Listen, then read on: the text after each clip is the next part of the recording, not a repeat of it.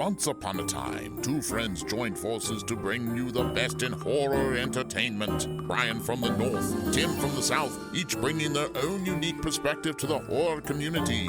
Movie reviews, Blu-ray releases, beer pairings, games, and more. Welcome to your new home for horror. This is Civil Gore. Hey there, everybody. Welcome to the Civil Gore podcast. I'm your host, Tim.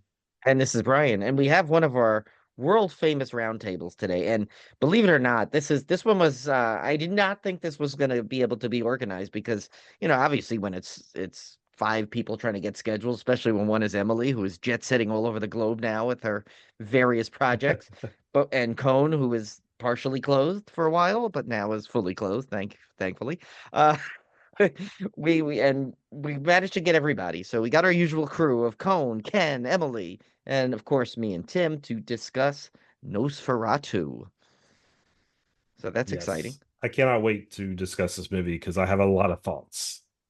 They're not Red Tim thoughts. They're actually good this time. So even though he's in Red Tim visual mode. Yeah, if we ever get on YouTube, you can see me in full Red Tim paraphernalia. But right now, I'm just Red Tim in spirit. I'm not actually angry at this movie. But we should have everyone say hi to everyone so they know we're not just lying and saying these people are here. So I guess I don't know if Emily we'll go in the order I see, which is Emily, Ken, Cone. So everyone could say hi.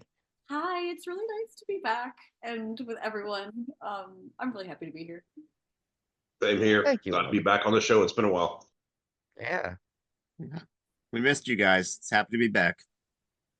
So we what they didn't tell you is we had to send them a check ahead of time. But yeah. Well, that's been the case always. I mean, yeah.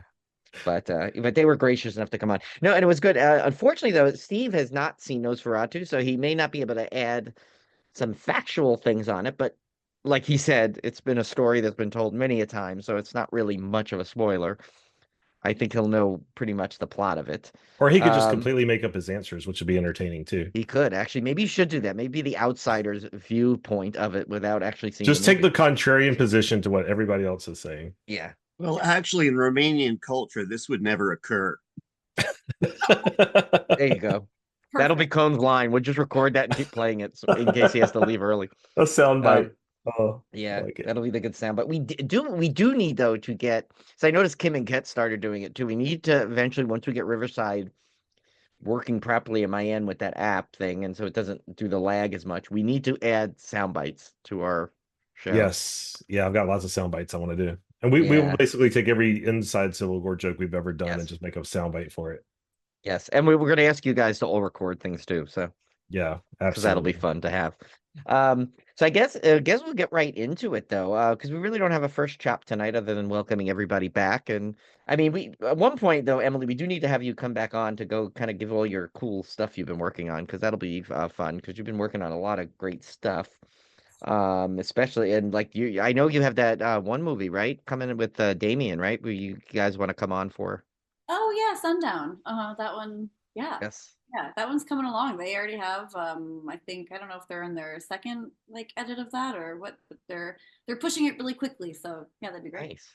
Yeah. So yeah, I know he said that you guys wanted to come on for that, so we'll work that out. But yeah, and then it's good to have everyone back because we haven't done we did a roundtable, a couple of roundtables, but they've been like kind of collab roundtables, kind of with other podcasts and stuff. So this is kind of fun to get the old band back together, so to speak. Original crew, yeah. Yeah. Oh, you know what? I wish I should have reached out to Jeff Whitmire, but honestly, I don't get to talk to him as much because he does mostly still Twitter and still on Twitter, yeah. He's on Blue Sky, but like I don't get to talk to him. I talked to him a couple of weeks ago about he's got some new songs in the works, of course. But yeah, I'm just hoping Twitter just finally just everyone leaves it and comes to Blue Sky, and it makes our life a lot easier. But anyway, so I guess Tim, if you want to go through the housekeeping, so to speak, yeah. Okay, so NOSFERATU, of course, came out last year, directed by Robert Eggers, starring Lily Rose Depp as Ellen Hutter, Nicholas Hoult as Thomas Hutter, Bill Skarsgård as Count Orlok, Aaron Taylor Johnson as Friedrich Harding, Willem Dafoe as Professor Album Eberhard von Franz, Emma Corrin as Anna Harding, Ralph Ineson, who I've been mispronouncing his name for years now, as Dr. Willem Sievers, and Simon McBurney as Knock. This is a gothic tale of obsession between a haunted young woman and a terrifying vampire infatuated with her, causing untold horror in its wake. It's obviously a remake of sorts of the 1922. I hope I'm getting my years right. And the 1979 was the other version. think so. I think it There's was so 79. honestly, there's so many Draculas that like really kind of tell that same story. I mean, there's like those, like there's of course the Frank Langella Dracula, Bram Stoker's Dracula, the other Nosferatus. You watch that Klaus Kinski version of it. The It's Klaus yeah. Kinski So one is one, yeah. And I guess for those that don't know why this is still the Dracula story is the little brief background on it is when Nosferatu, the original film, came out in 1922. They basically got sued for copying the Dracula story, so they couldn't get the rights to the actual Bram Stoker's Dracula story. So what they did is basically they stole the story and just changed all the character names, but it's the exact same story. So when you see Nosferatu, you're basically seeing another screen adaptation of Dracula. It's just that now all the names have been changed. So Jonathan Harker is now Thomas Hutter, and Count Orlok is now. I mean, Dracula is now Count Orlok. So it's really the same exact story all the way down to the voyage on the ship. I mean, everything is pretty much word for word the Dracula story. So that's how those are kind of related. So what you're seeing here is basically not only an adaptation of Nosferatu and the many versions of that story, but pretty much every Dracula movie you've ever seen, which is kind of yeah. cool. It's a cool. I just love this. The story is really cool to begin with. Anyway, it's almost if you think about it like in a weird way, it's kind of like almost like a Three's Company kind of episode if you think about it. In the fact that like he sees that vision of someone that looked like his lost love. Like that kind of like that. I kind of laugh. It's like a serious version though. Like where there's that misinterpretation kind of thing. But it's kind of but this one I feel like kind of went to more of a link. Like I feel like they and I honestly, Julie and I discussed this after we saw it. And Tim, you guys all you guys can clearly it almost implied that like she did meet him in another like previously in the other life, right? Or did I make that part up? Like I think you made that that up, she Brian. I think you no, made I it. think no, I could have sworn she admitted where like when she was a no. kid, he came to her or something. Well, She's she basically this is a psychic thing, right? She was reaching out. She was so suppressed, right? She was kind of a wild spirit, but she was so absolutely suppressed by society, by her father, her parents, that she was reaching out spiritually, and oh, so he that's what it was. was there to Okay. sense that, and he took Yeah. advantage of her. So this is a little bit less of a lost love thing, a little bit more of a psychic victim thing, where he sees her and her weakness because he knows she's so oppressed that she needs, an outlet, and he's that outlet. So she fell for him as a child, basically. That's how far back it goes. Right, that's what I Um, meant though. But that's not yeah. usually in the No, that's new. I don't think that's that was new, like. right? Okay. I Yeah. think Yeah. in the That in the last Nosferatu and probably even the first one, the one with Kinski and the one before that, it wasn't even that love story that we were used to from. Um, who was it that made the one that we saw as kids, Tim? Francis Ford Coppola's Yeah, yeah. Bram yeah. Stoker's Coppola's Dracula. version. I Yeah. think he made that up. I honestly think he made that up. I don't think that's in the original Dracula either. I think in the original Dracula, he goes for the girl because he saw a picture of her.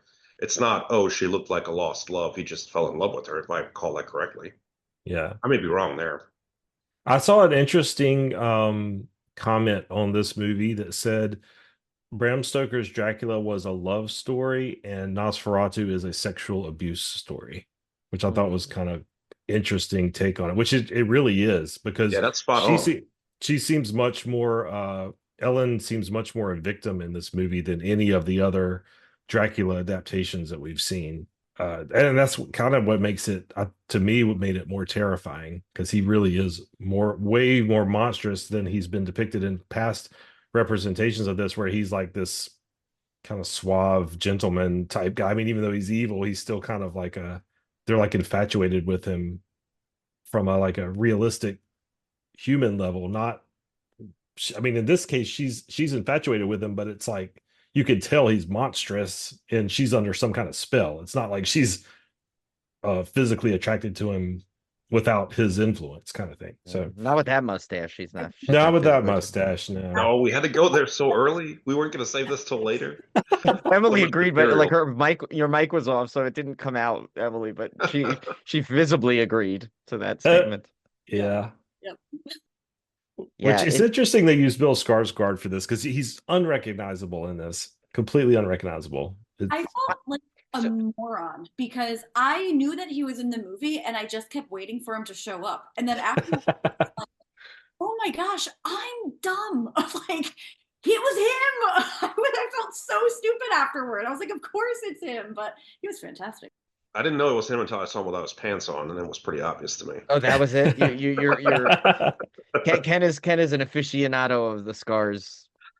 Penis, But Yep. he kind of looks like Nosferatu, like without makeup. He looks kind of, strange. We're used to seeing him like as Pennywise and stuff. And so I thought that a lot more of his actual features would come through because I'm like, man, they don't even have to use a lot of makeup. They just put some white powder on the dude. He already looks like Nosferatu. And instead they completely covered him up, which was interesting.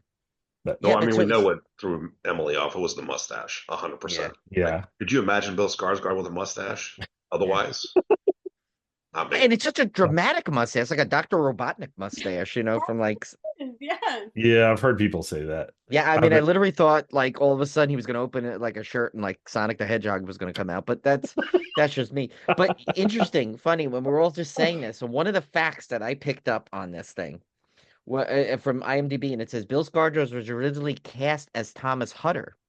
It said, but during the film's long pre-production, Eggers decided to recast Skarsgård as Count Orlok, Nosferatu, instead. In an interview with Skarsgård, Eggers stated that he felt the recasting was to make the sexual subtext between Orlok and some of his victims even more convincing.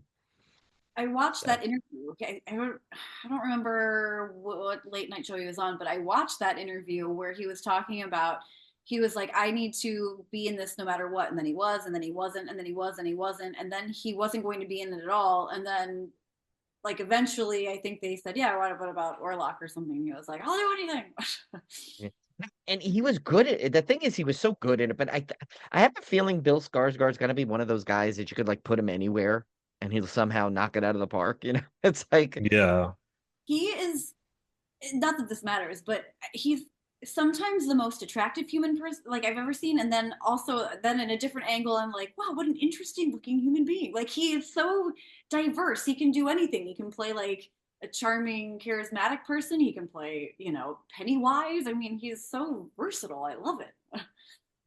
and look like what in Barbarian, right? Like, and we'll get to more of him because I'm going to go through we'll go through all the characters. But Yeah. like when he was in Barbarian, it's like he was the perfect cast for that because he's got this like quality of like, hey, I want to this guy's kind of a nice dude. He's kind of cool, but he still looks a little creepy. So you have this hesitance. And that's why Barbarian, I think, was like the perfect casting for him because the whole time you weren't sure.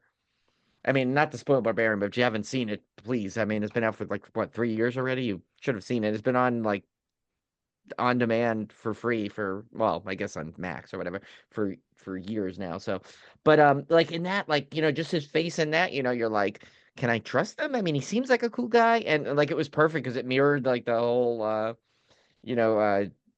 Georgina Stockton's character in it. Like, you're like, wait a minute, I don't know if I could trust him. So that's why yeah, you're right though. He's so good that I think he could probably play him in any kind of role.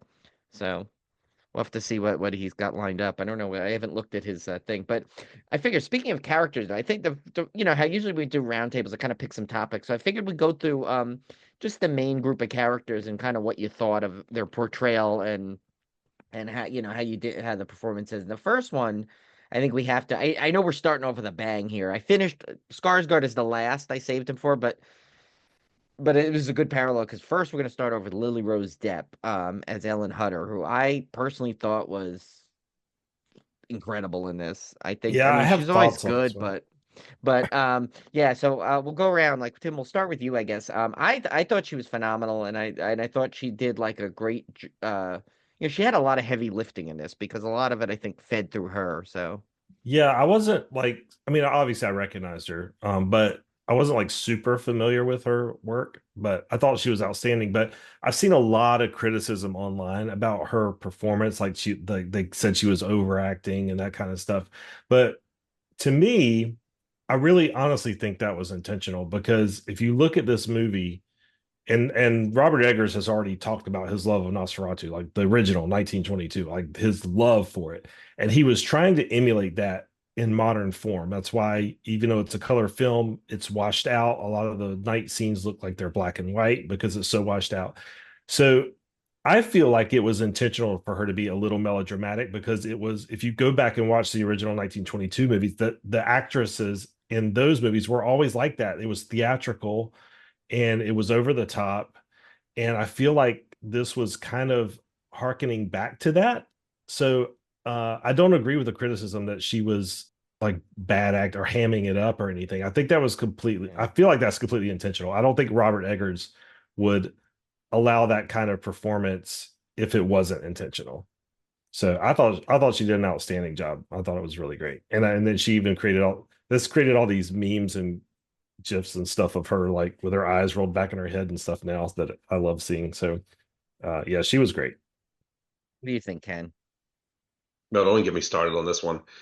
I mean, the critics are idiots in my opinion. This is probably a strong start here, and I already see Emily grinning to herself. I promise I'll be good. I'll try my best. Their opinions are not for me. At the end of the day, yeah, at the end of the day, I think what they don't understand is, thank you. Thank you.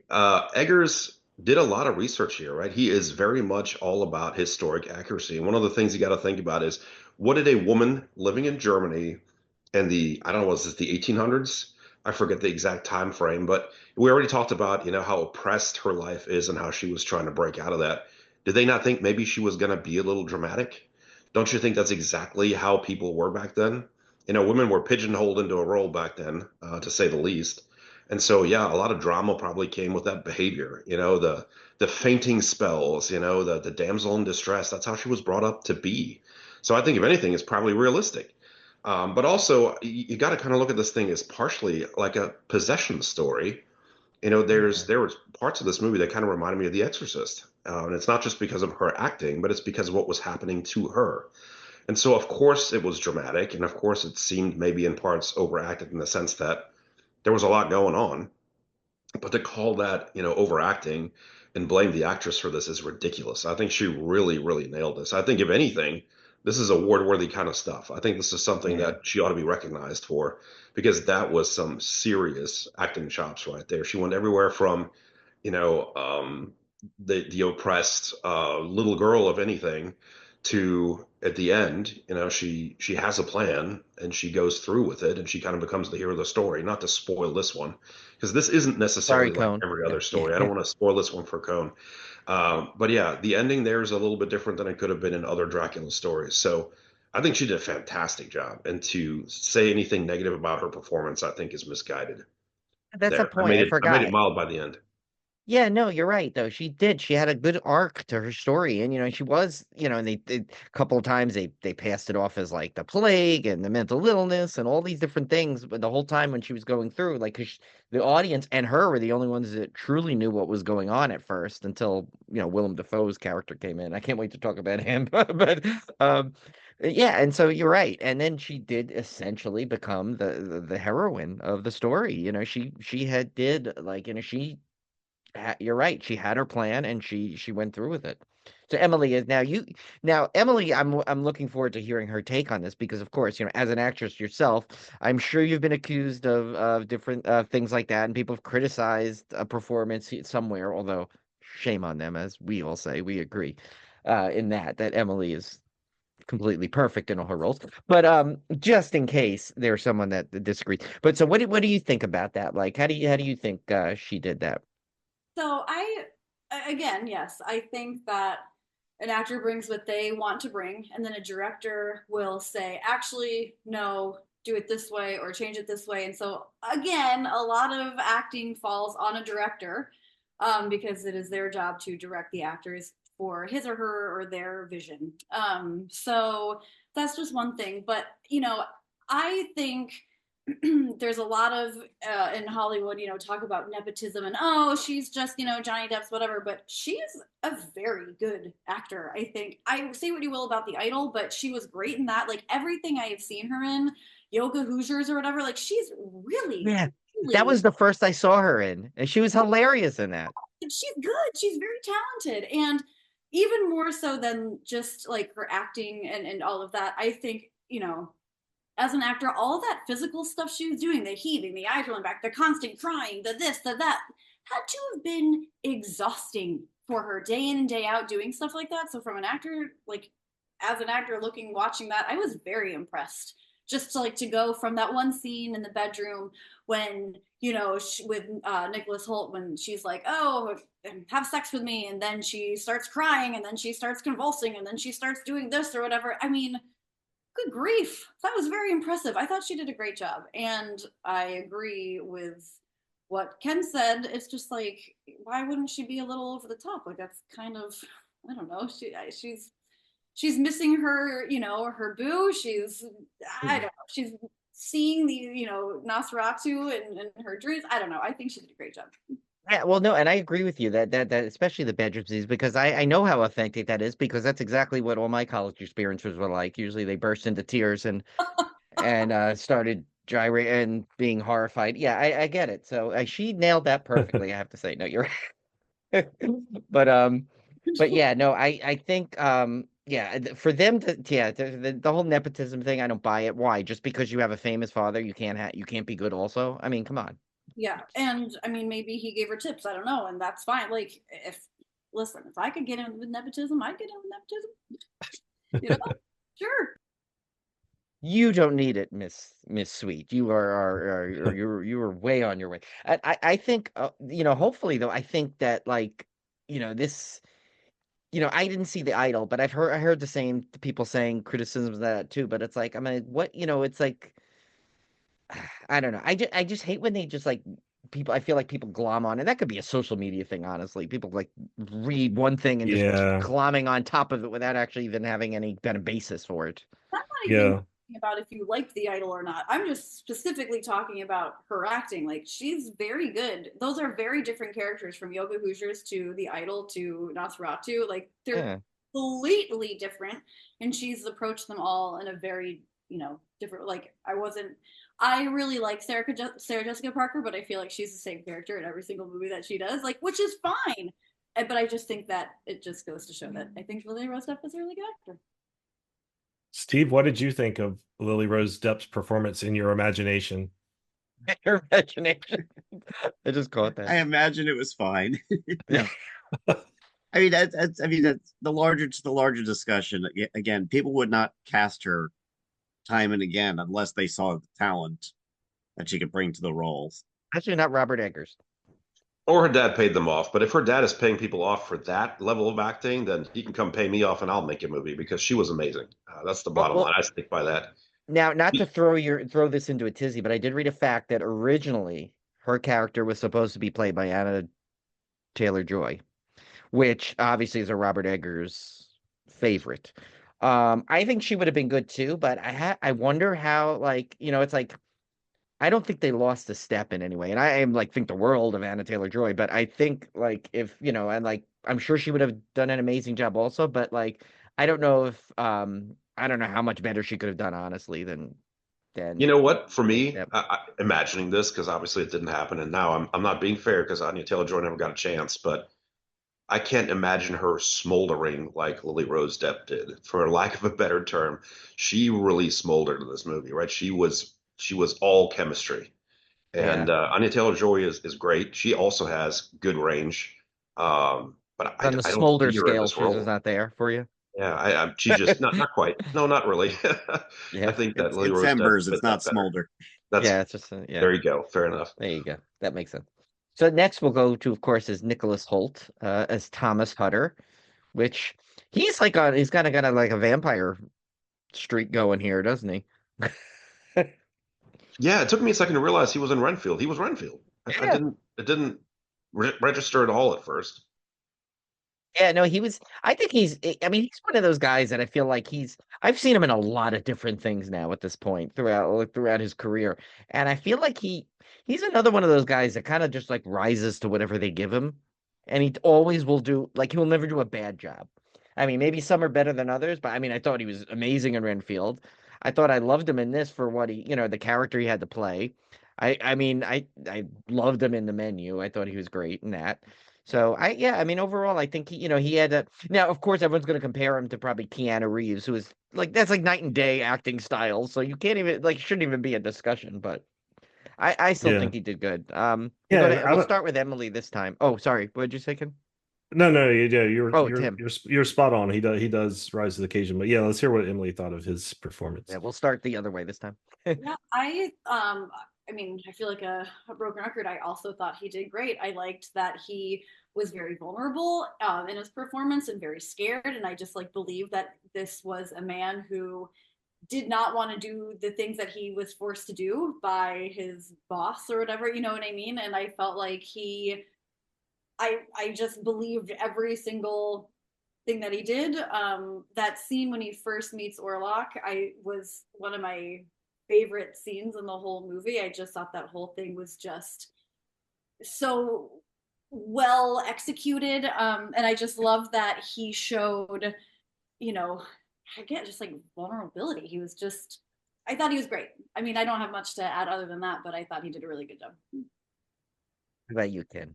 Yeah. I thought he froze for a second because he was just like. I started off not liking him, and then I thought of something that Emily tells me, which is, don't blame the actor for the character they're playing. And I really came around on the guy, especially when I started thinking about who he was and what I've seen him do in other movies. Because at first he was such a dope, kind of falling into this trap of his. Because you look at it right from the beginning that the whole thing feels completely off. The boss is skeezy, right? The boss is crushing on his wife, and he's sending him away, and he's got a funny chuckle about the whole job, right? You just there's too many indicators that this is a bad thing, and you feel kind of like, come on, man, really? But he was really good at, like Emily said, showing that vulnerability when he gets to that, I guess, Transylvanian village. I don't remember where they said he was, but I believe it was basically Transylvania.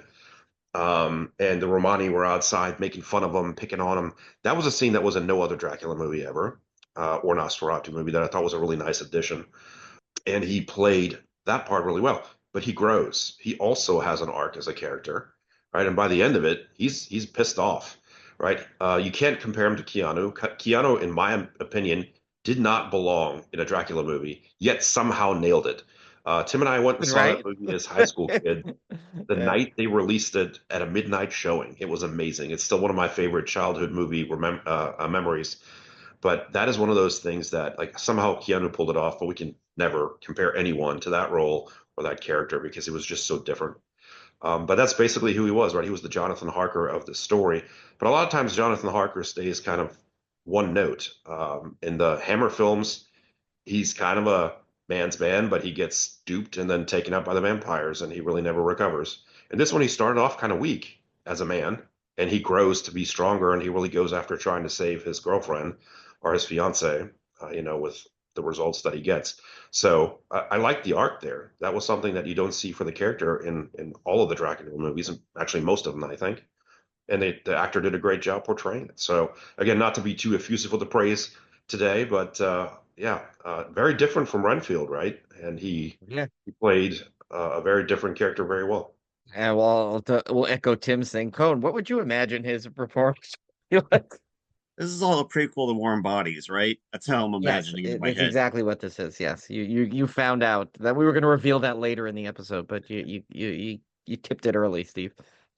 Did we tell the listeners that Steve has not seen this movie? I'm not sure if we shared this. Yeah, we kind of did. Yeah, we did. Yeah, he has not seen it, so we're just basically spoiling it for him live. In fact, they told me specifically not to see it. They said, we're going to do this. You're going to be the one person who doesn't know anything going on. But we gave him a code. If we start to get too spoiler to the point where he doesn't want to hear it, he's supposed to take his shirt off. So so far he's still clothed, so we're good. Yes, but he's unbuttoning. We're in trouble. One button.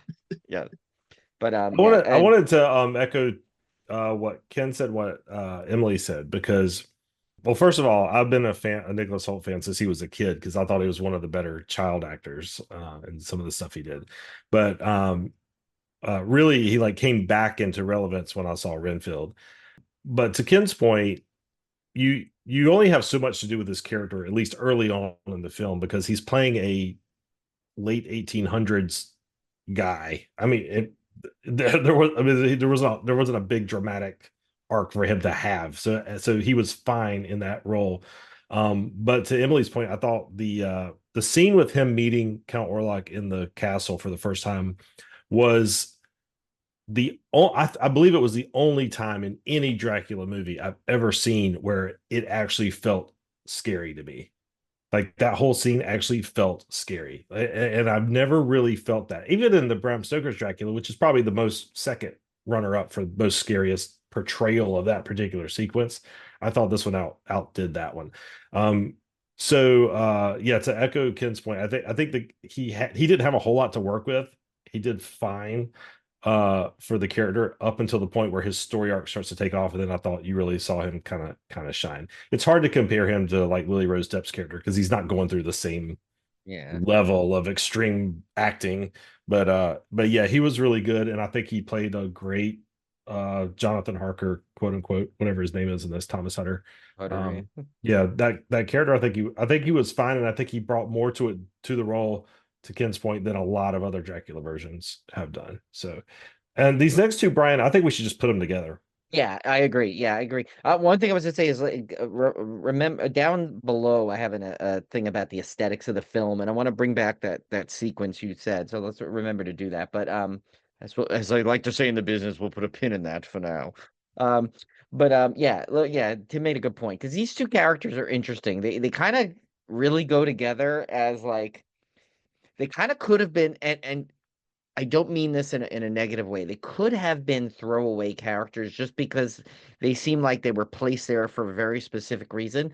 But I feel like each of them kind of did enough to kind of stand out to become somewhat memorable. And that was Aaron Taylor Johnson as Friedrich Harding and Emma Corrin as Anna Harding. And first, I'll just say real quick, Aaron Taylor Johnson he's got to be in the most movies that you don't realize he's the same guy. You know, like, I mean, this is like Kick-Ass. He was in the Godzilla one. He was in the Marvel ones with and he always kind of looks different. Like I forgot this was him He was just through in the most Fall of the Guy, movie. What would you say, Emily? villain in the Fall Guy. Yeah, I mean, yeah, it's like he's just in things and you don't realize it's him half the time, which I feel like is a compliment to him because that means he really gets lost in whatever role he does. Because I feel like, I mean, granted, he had a lot of prosthetic like what is it, like side chops or whatever he had in this thing, but he definitely looked at, like different enough. But I thought he was good. And Emma Corrin, who played Anna Harding, didn't know her from anything. But the thing is, she still stood out as memorable to me. Is like, I mean, yes, she's almost like, and they're not trying to knock this role because it sound like it's a knock, but no pun intended to Simon McBurney's character knock. But but like she was almost like played like the Judy Greer role of like the best friend kind of thing that like is kind of in like a lot of movies, but still finds a way to stand out. And I felt like she did that because felt she was one of the like at one point the only one really compassionate to Ellen Lily Rose Depp's character.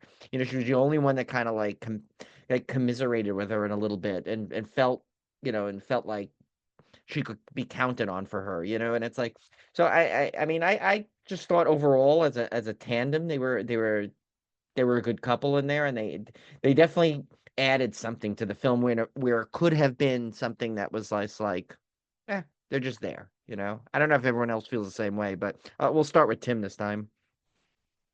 Yeah. So I did not see Emma Corrin. I had not seen her before in anything. And as for oh gosh, I forgot his name. Aaron Taylor Johnson, I had literally just seen Fall Guy and didn't recognize him. So this is what shows you, like, it goes back to my point that yeah, he just pops up in things and you don't realize it's him. But I thought they were fine. Could two other actors been cast in that role and probably done a good job? Yes. I don't think the characters were big enough to that they could have been replaced by other actors or whatever, but they did a great job. And I thought the one thing about those two characters that like mesmerized me the whole movie was I was going, how the hell are these people still putting up with this girl going through all this mess? And I'm like his patience, which I mean, he lost his patience a few times, but Like the patience of these two to deal with this craziness that was going on was like it fascinated me the entire movie. And I was like, you know what? To your point, Brian, those characters added that layer of thought process while I'm watching the movie that normally I would just completely skip over these characters. But this whole time I'm just fascinated. Like, man, these guys, they must really love her to be able to like put up with this. You know, they really must love these people. And the whole thing kind of like fascinated me for some reason. And then they were like these two, you can't really call them throwaway characters because they are important, but in a way they're throwaway compared to the other ones. Yeah, I couldn't think of the right word to use, but yeah, yeah, so it was interesting. Like they did bring something to the role that made me think, which is I think is a testament to their performances. Well, just to add real quick, I looked up while we were there. So she was also apparently in Deadpool and Wolverine, Emma Corrin. I haven't seen that She yet. played Cassandra. Yeah, I haven't either. She played Cassandra Nova, and she's been in a couple of TV shows here and there. Um, but also she's coming up in the new series of Black Mirror, so which is good. So it Oh, seems like okay. she's going the right way She's here. on her She's way. got her hard niche here going. It sounded like Uh, Emily just meowed. I think she has something to say. I'm not sure what that was. Did you meow, Emily? She's in The Crown. That's like, you think, her biggest thing. Oh, right. Just Brian, you made FYI, a woman she's either meow. they, them, or NB now. Oh, I thought like Oh. Ken was just being nice and saying how Emily was being catty, but I don't know. Maybe it was no. not. Steve made a good, thank you, Steve. I guess Emma Corrin goes by they, them. Oh, okay. I'm sorry. I did not know that. Thank you, Steve. Because I remember we had on Ellen Adair, and I was very concerned that I was going to say it properly too. So, yes. So, thank you, Steve, for the correction of they them. I am So, also he, him, if anybody needs to know. And look thank at you, that. Steve. He didn't see the movie and still contributed. I like it. I know. Yes. Well See, done. this is why we keep him around, not just for his hairy nipples. Okay. Good God. I got to throw that in there, and I wanted to see Emily crack up. Okay, so Wait till she's and I taking love a when drink, Emily then do forgets it. to turn her mic back on and just goes to the silent Yes. hysterical laughter. So Oh, she's making the podcast go back to the 1922 no sound movies. yes. Yeah. We'll put up title So cards that say Steve exposes uh, nipple. Emily laughing, like with the little parentheses. Yeah. Okay. Just dub in the organ music with it. Okay. Don't let there's a theater in San Francisco still does that. They have a Wurlitzer that they play along with Oh, silent that's movies. cool. I saw the General, but Buster Keaton's that way. It was so cool. Anyway, side story. So we'll go to Ken now, since Cone already added his important part. So. All right. Well, I'll kind of wag my finger at you two. I'm a little Uh-oh. disappointed that you took it on this way because I actually think these are both really good performances as well. And I think they're really important characters that you're given a little bit of short shrift. We don't have all that much time. We can't talk about this for, what, 4 hours like we did the last time we had a roundtable. But just for a moment, first off, Emma Corrin was spectacular as the friend. I don't think I've seen somebody look so actually truly concerned about somebody else in a movie in a long time. She seemed truly concerned about her friend. And her convincing her husband over and over again that no, no, no, we need to let her stay. I know she's completely insane and off her rocker, and you want her out of here. She needs to stay. She did it over and over again. And that was some pretty darn good acting she did there. They did there. Pardon my French there. I'll fix myself every time I screw this up. Sorry about that. Also, speaking of their performance in other things, Murder at the End of the World, if you haven't seen it, I don't know, it's like 8 episodes or something long, maybe. It's a pretty short series. I think it's on Amazon Prime, but I watched this thing and really enjoyed it. So if you want to see more of Emma Corrin, Hulu, that's a great actually, place to Ken. do it. Sorry. It's Hulu. You're right, though. It's Yep, on Hulu, got it. streaming. So, Excellent. but now Yep, I'm gonna go community check this streaming out channel. because I do feel Emma Corrin deserves more In the role of visibility the for mother, watching. those, by the way, I don't know if we were going to mention the two little girls at all, but those two did a really good job. We pick on child actors a lot, especially really young ones. These two little girls were amazing. The first scene where they popped up and they were crying, I laughed out loud in the theater. As a parent, you can so relate to this. But they were both crying and screaming about something that they wanted to do or not want to do. And they were dead on. I mean, those kids were really good. They were so real. But as the mother role, she did a great job there as well. And then, so Aaron Taylor Johnson, ATJ, Anya Taylor Joy, coincidence? I don't know. Maybe not. But Aaron Taylor Johnson, yep, it took me a second to recognize him, but I did remember he was in Fall Guy as that kind of douchey. What was he, like a rock star or something? Wasn't that who he was? He was the I guy he haven't was seen that doubling. yet. Actually. Yeah, he was Okay. the guy that the Fall Guy was being the double for, the star, who was a real jerk. But I thought that he did a really good job also of being like the chummy bro to his friend, and then he started getting freaking irritated, and then he got super pissed off and turned total asshole, and wanted her the hell out of the house. And then, spoiler alert, when the girls die, I mean that drama when he finds the dead children was excellent. He did a great job in that scene. So again, wag of the finger. I feel like you didn't give them enough credit for what they did. Those were not throwaway roles, in my opinion, humble as it may be, as usual. So that's how I feel about those two. I thought they were also very strong. I mean, just not to correct you, but we did say could have been a throwaway role. We didn't say they Very were well. a Then throwaway I role. could have I don't wagged think my they finger were. at you. Yeah, I don't think they were throwaway. Right? Yeah, that I I'll did take a say I half was. wag. Yes, yeah. Give Half me wag. like just to go wag one way. Don't come back the other way though. I'll You just don't need wag to. with my middle finger instead. Yeah, you could Yes, just. there you go. Yeah, yeah, Robert there you go. Eggers must be good with kids because the kids in The Witch were so Oh, creepy. there's still that creeps me out. That little meme you used to send me, Tim, with them dancing. Yeah, That yeah. freaks I mean, me out. Yeah, he's got to be good with kids because I mean, it's got to be hard to get those kind of yeah. weird. I Not mean, that the kid. Why was Black Phillip really scary? It's a damn goat, right? It was the little Yeah, kid that made him scary. yeah, Yeah, yeah. oh, it wasn't a goat. Yeah, goats don't scare me. Kids and goats scare me though. It's a combo. So what do you think, Emily? Yeah, you're gonna be the deciding force here. Uh-oh. Well, I think Emma Corrin did a great job. I thought they were very convincing, and when they became ill, I felt really bad for them, and I felt like they got the shit end of the stick because of the friend of Lily Rose Depp's character, and so I felt for them. I thought they did a great job. I really like Aaron Taylor Johnson in general, but he really annoyed me in this. I Oh, Emily getting bold. I know, and I hate to say I know I can appreciate I think it was the accent for me, which who am I to talk? I can't do an accent to save my life.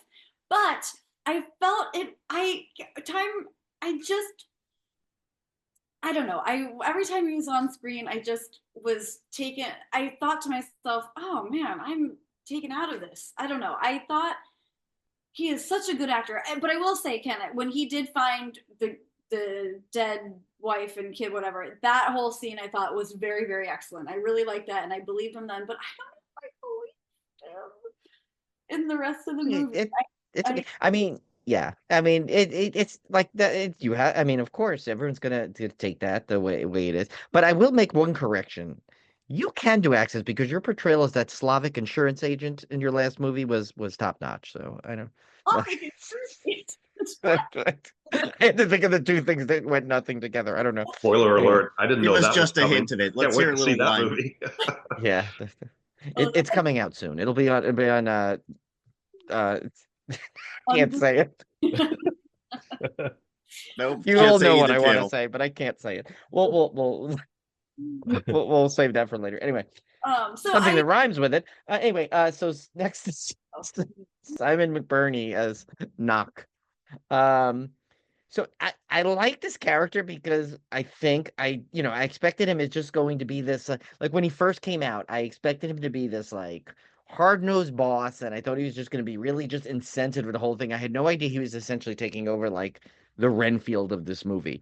And I thought he became super creepy and super, just like super relevant where I thought he was going to be totally a total different type of character than he was. And I actually really liked his performance. So we'll start with you this time, Emily. What do you think? I also thought he was going to be the new Renfield. I thought Oh, that you knew that right away. oh, Oh, okay. not when he first came out, but when he had his first change or whatever, I thought he was completely bonkers in a good way. But I thought he was going to be the new Renfield. That's what I thought. And I mean, Oh.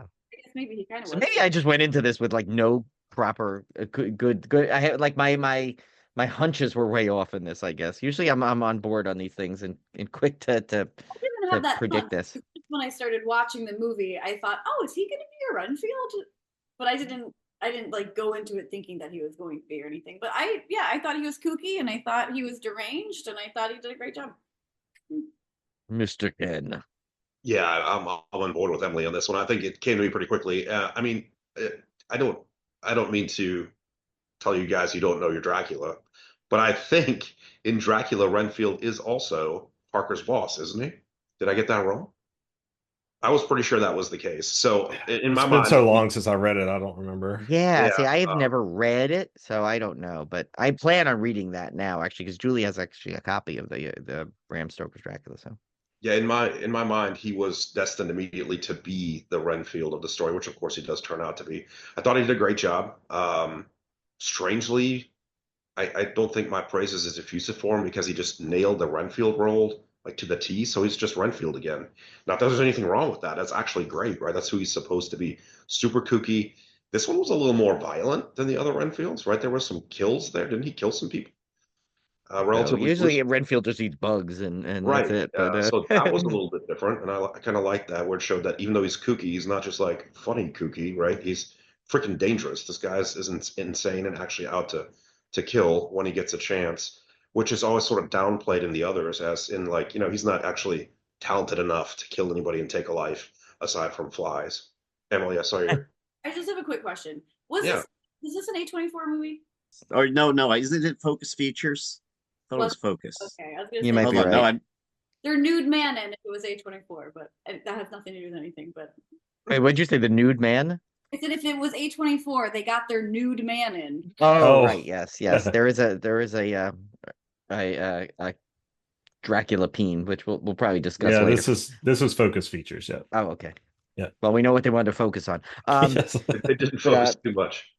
So Cone, I'll quickly go through because I know Cone's favorite Renfield performance was Artie Johnson in Love at First Bite. But well, am I wrong, Cone? Or... No, it is the best movie about Dracula, the most realistic. Yeah, I had a feeling he would say that. It was a good one. And even though you can't get the original version properly on due to the music Donna rights, Summer soundtrack was removed. Yes. God, that's bothers me so much because that was one of the most memorable things. But anyway, we'll talk about that another day. But so Tim, what do you think of Knock Renfield? I actually have to agree with Ken on this one. I think he was fine. Here's my problem is I don't typically like when people try to play extra crazy in movies. It never comes off authentic to me. Case in point, everybody loved Brad Pitt in what was it, 12 Monkeys? Oh yeah. And where he was like super crazy, and the whole time I was thinking acting. I couldn't like it was so for some reason I don't think people can get crazy quite right. The only Renfield performance I've ever really truly loved is Dwight Frye in the original 1931 Dracula. I thought he was great. He was the only one that really ever creeped me out. The other Renfields and every other adaptation I've seen have been okay. And in this one I thought he was fine, but he was just, nobody will ever live up to the original 1931 Renfield, in my opinion. So everything after that is just people doing the same take on the same role. Again, not to knock his performance at all. It was a very violent. I got that pun, by the version. way. Yeah. You just knocked his performance. Yeah. Oh my Wait, God. even Artie Johnson, Tim, is not up in your upper echelons of Renfield. No. And not even Nicholas Holt as starring as action figure Renfield. Oh. But no, it's just kind of a thing with me, like that. Those over the top crazy people. Just something it doesn't work for me. Maybe Hey, Jack you're friends Nicholson with in me, one. aren't I? Over the top crazy? What's going on? Well, here? I don't know. Maybe Jack Nicholson in One Flew Over the Cuckoo's Nest might be my only exception. Somebody that, but he seems crazy anyway in every role he does. So Yeah, I think he's just born crazy. So he yeah, doesn't. so I don't know, but that was just me. I thought I had nothing against him. He was fine, but there's other Renfields I like better. I did like the more brutal take on him though, with killing birds and stuff.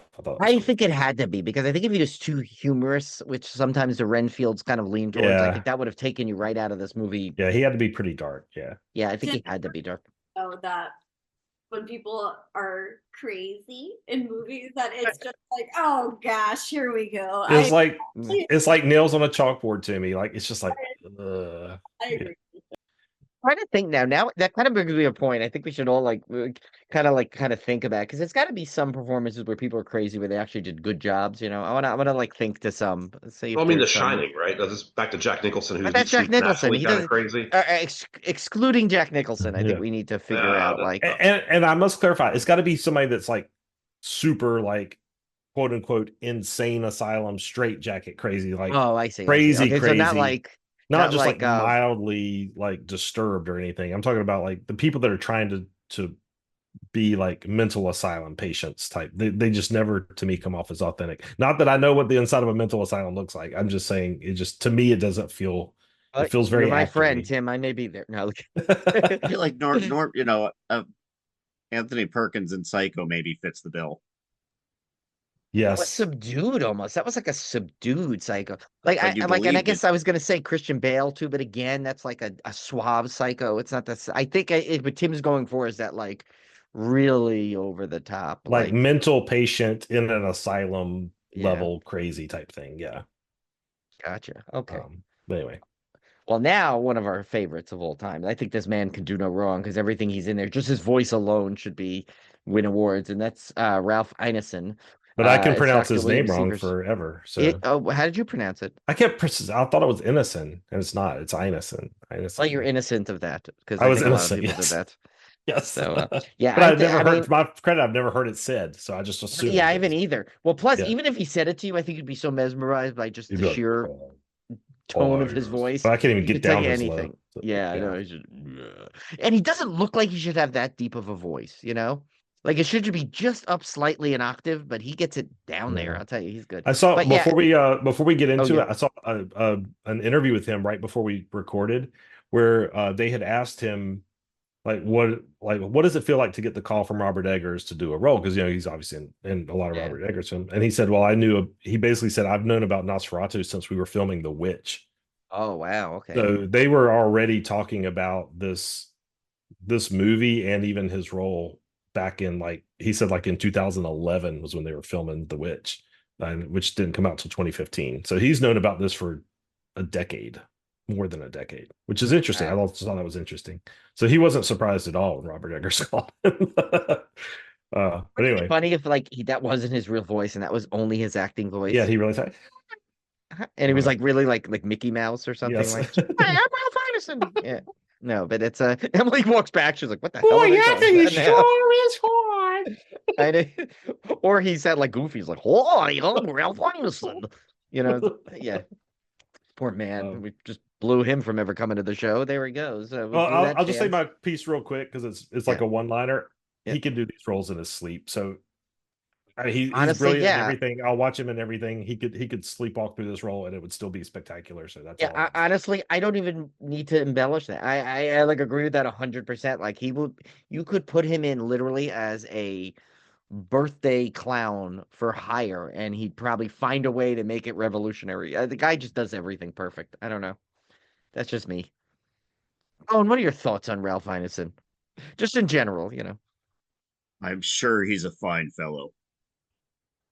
I know Cohn tried to go deep on that to try and get the true essence of Ralph Ineson, but what I about you, tried. Ken?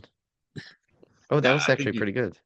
he's one of those, he's one of those guys that is cast in small parts, but always steals the scene. I could listen to him talk, make his medical diagnoses in this movie for 20 minutes because it's just so fun to listen to. He does a great job, and it seems like whatever they cast him as, he nails the part. So Tim said it. There's not much to say here because he just killed it. It is one of those roles that he is one of the more minor roles, so the impact is minute, but he never takes you out of it. Emily was talking about getting taken out of it, which is the worst thing that can happen to you in a movie like this, is get taken out of the mood. And he keeps you in that mood. That is how you picture like a Victorian doctor or some doctor in the 1800s in Germany. This I'd hate for him to treat me because I'd probably be a lot of pain. But he certainly seemed like a 100, 200-year-old German doctor as I would imagine them. But he's great. Yeah, I think he's like many characters like him, they're just underrated, and people don't even realize they're there because they're so awesome. They fit right in. Yeah. I know he's one of those voices like Tom needs to like capture for the GPSs. Just imagine him like, make a left Is Tom Tom still a thing, Brian? Yeah, Does TomTom. Tom Tom It still came with my exist? car actually, but I don't use it. I still use Google Maps because apparently I like getting lost. But yeah, no. But yeah, no. But like, can you imagine though? He'd just be like, "Exit 43 is coming up on the right. Take it." And I'd still get lost because I'd probably be listening to his voice. And, well, is that nice? As there I go past exit 43. But now, Emily, you have the high task of capping off our Ralph Ineson praise. I have nothing more to add. You guys said it all. I think we need an Emily Sweet Ralph Ineson buddy cop film. Wouldn't that be? That would be That would be amazing. cool. Imagine. I want him on the podcast. Remember, we came close to getting him on the podcast. Close. Oh, it's great. We Wow. almost, yeah, we got offered. What happened with that? It's not like he turned it down or anything. He wasn't like William Sadler. No, he didn't But turn it down. I think I don't know what happened. It just kind of fizzled out somehow. But yeah, we'll get him on. That's gonna be he my goal. manscaped us. He manscaped us. Oh, God, That's what happened. Manscaped. I still, you notice that though? Have you seen a lot of Manscaped ads lately? Nope. I have They not. missed their And boat. None. None. They're gone because they chose to go to whatever they went to. They and not chose anymore. poorly. They did. They did. We could have like made fun of them for hours on end, and people would have loved it and bought their stuff. But no, they Yep. lost. But so I guess we'll go to now with one of our. Oh. I know where this is. This is going to go all downhill. With Oh him, my God! Here we go. but we're going to have to mention the great Willem Dafoe as a man that has more names than God knows what. I did Professor Abin Eberhard von Franz. But yes, Mr. Confusing member himself, Willem Dafoe. And he, honestly, I know we just kind of said this around Ineson, but I feel like before Ralph Ineson, if there was ever a man you just wanted in every one of your movies, and you know he was going to just steal scenes, it's got to be Willem Dafoe. I don't know. I'm not even gonna. I don't even know what to say because like he's just so damn good in everything. I've seen his performance criticized in this though. Who could do that? I've seen people criticize his performance in this because they're like, oh, he's doing Willem Dafoe thing. He does it in every movie. But here's my thing about Willem Dafoe. Yes, he does. A lot of times he plays Willem Dafoe in every movie, which is fine. Because I like that. Nick Cage has been doing it forever. So there's nothing wrong with that. If you're a one-trick pony and your trick is really damn good, I don't have a problem with that. But what I liked about his role in this one, because this is the Van Helsing role, right? And typically the Van Helsing role does not have any comedic bent to it. Van Helsing is the serious vampire hunter thing. And I thought Willem Dafoe, either intentionally or not, I think mostly intentionally because of some of the dialogue and stuff, but he brought this kind of the slight sense of comedic sensibility to the character, which I've never seen before in a Dracula movie, which I thought was really cool. But he still knows his stuff. I mean, he's the one that knows what's going on. So it's comedic. It's very light comedic, adds some light comedic tone to the film. But you still completely 100% believe he knows what's happening and he's serious about stopping it. So I thought he was fantastic in this. I don't know how you can criticize Willem Dafoe. Like he brings a joy. This is what it is. He brings a joy to every role he does. Like you could tell he enjoys acting. He's happy acting. He loves what he does, and you can see it come out in his performances in everything he does. And I just love that. I agree. I'm gonna throw the thing off and go in different order now. We'll go from Tim right to Emily, and then we'll double down to Ken there. Oh wait, Emily's chewing. Sorry. Emily's she choking? Wait, 3 words. Tell us. Timmy fell in the well. Timmy fell in the well. Sedative. Okay, yeah. So sorry, but I didn't mean to put you on the spot there. I think that he can do no wrong, but I do think he was doing the Willem Dafoe thing. I'm one of those people who did think that. Sorry, Tim. I know I'm never going to be asked back ever again. We're muting your mic for good. No, I'm not disagreeing. He was doing the Willem Dafoe thing. Yeah, he was. Yeah, no, he was. It just happened to fit well. Yeah, I agree. I think at first if I'm being honest, at first I was a little just like, oh, I just saw this in Poor Things. Oh, I just saw this in whatever. But then as the movie went on, I to be honest, I liked him more and more. And I honestly do just love him. He really can't do any wrong. So I know that I'm kind of contradicting myself, but at first I was like, okay, we've seen this before. But then it grew on me. I Well, do.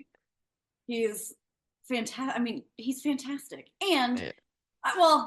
so that's what I'll say. I was a little nervous to say that. I mean, I think he did great. no, He did a great job, but I do think that he was just, he was doing the Willem Dafoe thing, which is fine. well, he did have less gas in this than he did in Poor Thing, so That's true. That is true. he didn't have that weird fart bubble thing he had to do. All right, what about you, Ken? I'm coughing up a storm over here. Uh-oh. Maybe go to Steve first. Give me a chance to recover. Okay. Steve, talk about Willem Dafoe's performance in the movie that you did see, Streets of Fire. Absolutely. And his performance below the belt, if Yes. you care. Yes, gotta go if with you want to Streets talk of about Fire. his member. I mean, he wields his own sledgehammer. My only complaint is he didn't get to sing in Streets of Fire. That was the only thing missing from it. Well, none of them really sang, except if you think about it. Can we praise? I want to thank Steve and Brian for turning me on to Streets of Fire. Oh, yeah, They right? finally twisted my arm into watching Streets of Fire, and I loved it so much. And then I happened to find the soundtrack in the record store one day, and I bought the soundtrack, and I absolutely love the soundtrack. Like, I'm a huge Streets of Fire fan now. That I had totally missed it when it in the 80s and 90s and everything. I just totally had missed the whole boat on that, and it's a fantastic movie. I mean, it's a Walter Hill movie, and and it's so incredible. like I knew it was going to be good when I first saw it. But also, if you think about it too, it's like that's like the soundtrack is like one of those epic '80s soundtracks, but like has like doesn't necessarily sound necessarily '80s, and it has what's great too in it about it is like it literally is like a almost like a comic book kind of style, like visual in there, and it's so good. And Tim got to you also got to meet Tom Cody himself, Michael Paré. That was cool too. Like, and that Yeah. all happened like right after I had watched it, so it was like it perfect timing for all of Own and I will not steer you wrong with never. 80s films, and that's the one soundtrack I actually happen to own also on vinyl. I have that vinyl soundtrack, and you can pick it up cheap. Like, it's not expensive. It's not expensive. Anyway, It's so sorry we available went to off stream. topic to kill some time while Ken gave himself the Heimlich, but Ken now is that he's no longer back. choking. Yeah. Yeah. I think I have recovered. Good enough anyway to talk a little bit. So, Tim, first, a quick comment on He Brings Joy. Have you seen his movie Antichrist? If you Yeah. haven't seen that one, I've seen Antichrist. no joy in that. Well, that's movie true. at all. wasn't that where the whole confusion started on That's where the Antichrist? confusion started. There were a lot of confusing things about that movie. That's a nasty movie. I'll tell Wow, you, that's a nasty movie. For your listeners that haven't seen this one, it's not a horror movie, but it is horrific. That's one especially that's really tough for to men watch. in that one But, scene. I But mean, it's an interesting film. Like, it's worth seeing once, but it's not a pleasant experience. I don't know how to describe this. But Just yeah, say it's Lars really von Trier. something. That's all they need to know. yeah, that's all you need to know. Yes. So there's some really tough stuff in there. But anyway, we'll go back to what we're actually talking about here. So yes, was he Willem Dafoe playing Willem Dafoe? Yeah, absolutely, to an extent. But was that not a perfect fit for this movie? Absolutely. So Oh yeah. I think again you got to go back to what Emily said earlier about the director controlling the actor to an extent. That's what Eggers wanted. He wanted exactly that, and it was a fantastic fit.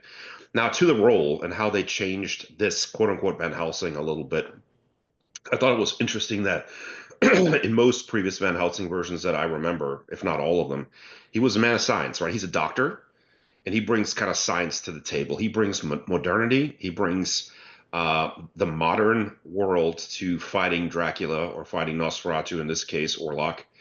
And that's how he's defeated in all the other movies. And this one, first off, he's a little bit insane. He when he's initially encountered by his old student, he is really kind of out of it, right? He's sort of in a dementia-like place where he's not entirely sure what's going on. He's like, "Oh yeah, now I remember you. I recognize you. I was kind of off in La La Land," because he really didn't know what was going on.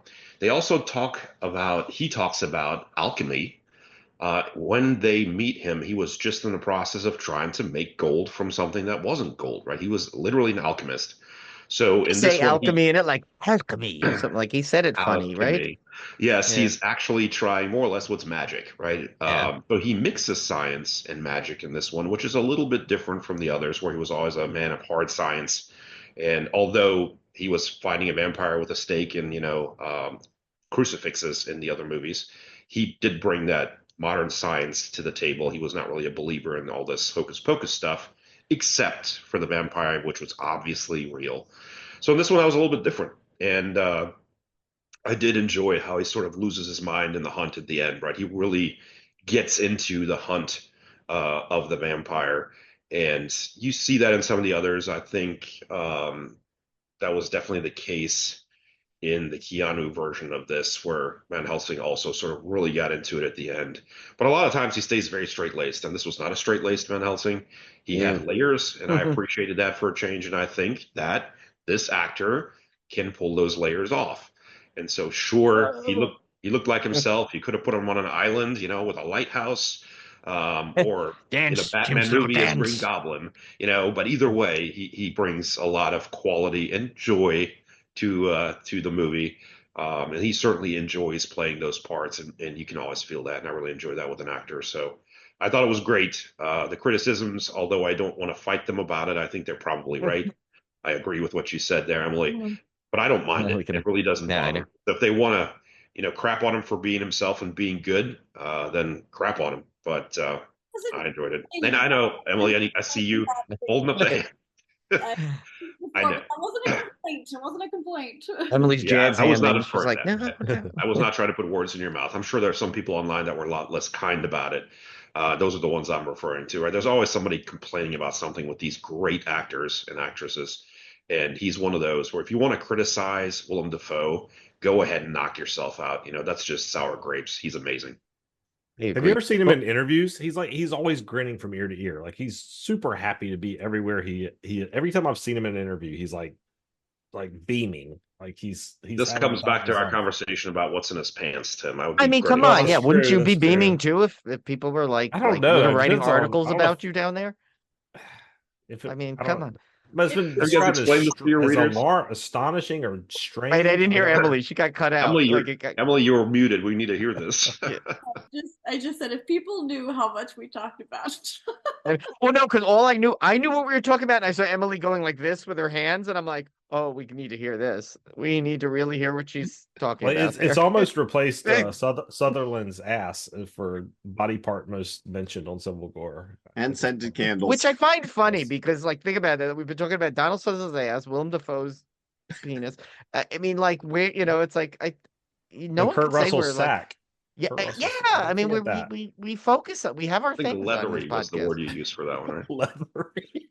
Well, I'm glad we got to devolve into this level of conversation again. Oh, it would not be an episode without at least one mention of his member. But it's a nice segue to the prosthetic that we still haven't discussed in detail, and why there was small a need. Prosthetic. I would say. Well, what was the need? Maybe that's why there was a need for the prosthetic. Maybe Skarsgård also is too well endowed to not take away from the scene without a prosthetic to make it smaller. I don't know. That's a question mark. It's bad because I knew about the prosthetic before I watched the movie, so I was primed to see it. Like I was waiting for it, and then when it. I was a little. I hate to say this, but I was a little disappointed. Yeah, same exact experience. But I was like, why disappointed? Why was I wanting it to be bigger? Why? I mean, it wasn't Dracula or Orlok. For sure. There's a level of expectation. I guess, yeah. I mean, this was kind of, if you think about it, right? He's the Walking Dead, and a lot of the rest of him was portrayed like the original vampires were in Transylvanian lore, if you will, right? They were Walking Dead. They were a mess. They didn't look like Count Dracula in the old movies. Count Dracula was always suave and handsome, well dressed and well put together. And this one was more like a walking corpse, right? He was more like a revenant, really, than a vampire in the classical vampire sense that we're used to. Yeah. So maybe that part should have been mangled, dare I say it. What did I miss? It was way too clean. We just kept recording, Brian, because the conversation was too good to so you just no, that's fine to record. But I just come back and see Emily shrinking her hand, so I don't know who she went to. Well, we were talking about how it was like me and Ken somehow feel like we were disappointed at the size when it actually came on screen. It was too regular. Entirely. Did you go to IMAX? Defoe? No, not we're on the Orlok's member now. We're changing members. Member too? Yeah. Well, I mean, that was prosthetic, so. Yeah. Yes, but why? Why was it as small as regular as it was? Because I'm going to insist that that was regular, Emily. I see you over there making it look small. Or maybe I think that was because average. there's no blood flow. Maybe that he can't get bigger. There's no blood flowing. It was Oh, shrinking. Steve comes in with the scientific Yeah, see, this is explanation. why I we like keep that. him on That's the right. show. Man, I that's like it. brilliant. Brilliant. But again, why the need for prosthetic? Because it was so pale? They didn't want to powder it? Is that it? I guess I Maybe can they wanted understand it that. to. I don't know. Maybe they wanted it to be the same like because lumpiness as the rest of them. if anyone complains, Bill Skarsgård can be like, "It was a prosthetic. It was a prosthetic. It Yeah, wasn't exactly. It was a prosthetic." Well, Right. we could if we ever get Nicholas Hoult on the show, because as we all know, it's been the famous story that he got to take home that prosthetic, which is Yeah. It's framed, literally. Good God. That's a good one. imagine that. I mean, like, it's like I know there's merchandise out there and cool like props on the show, but like I don't see Emily taking home wax babies. Well, I guess You that know, was real. That we I know guess of. she would have Yeah. had to take him with him. Oh, can I do a quick aside speaking of that? So we have of course, it's Civil War. Of course, we're going to do a quick aside. Yeah, right. So they used to have these, or they still do, I guess, these candlelight tours at Christmas time, and they would decorate like certain people downtown because we have a lot of historic houses downtown. The people would open their homes and they would be completely decorated for Christmas, and then they would do walking tours, and you could go in these historic homes and see it all decorated for Christmas and everything. So one year we went to one of the historic houses, and you never know what you're going to find in there. I mean, like one time we went into one house, and this guy had like imported stuff from like India, like all this kind of artifacts and Indian art and stuff. It was really cool. Or sometimes you might go in and it's very sterile and very modern looking, or sometimes you might go in and it's like put back together exactly like it was back in the 1800s. So we went in this one house, and I swear to God, every wall had a framed portrait of some kind of animal dick, like a pig dick, and then this would be a horse dick, and then like every freaking wall in An this place. MPEG? And I'm like, and I'm thinking, okay, that if that's your thing, that's fine. But like, why are you opening your home to the public to Yeah. view this? Like, What you needed to do is you needed to follow them along one day on a shopping spree to see Yeah. like when they get And the- excited, like, finally the zebra penis. I've been missing that. I can They're only antiquing. assume they were the takers of this because I don't know where you would buy this. Like, I assume that they were photographers that owned this house. And Oh, it these was were just pictures images. I thought it was the actual like replicas No, of no, it. no. It was photos. Oh, okay. But then I got to think about like where are they getting these pictures from? Like, I don't know. It was weird. It was the weirdest. I don't think I've ever been to a candlelight tour since then. It was very But could you identify them all? Yeah, I I know. can Yeah, see why too. did you No like problem pose that. with it? Like, it was next to it? so bizarre. Like I was like me and Olivia were just like, oh my God, what are we walked into?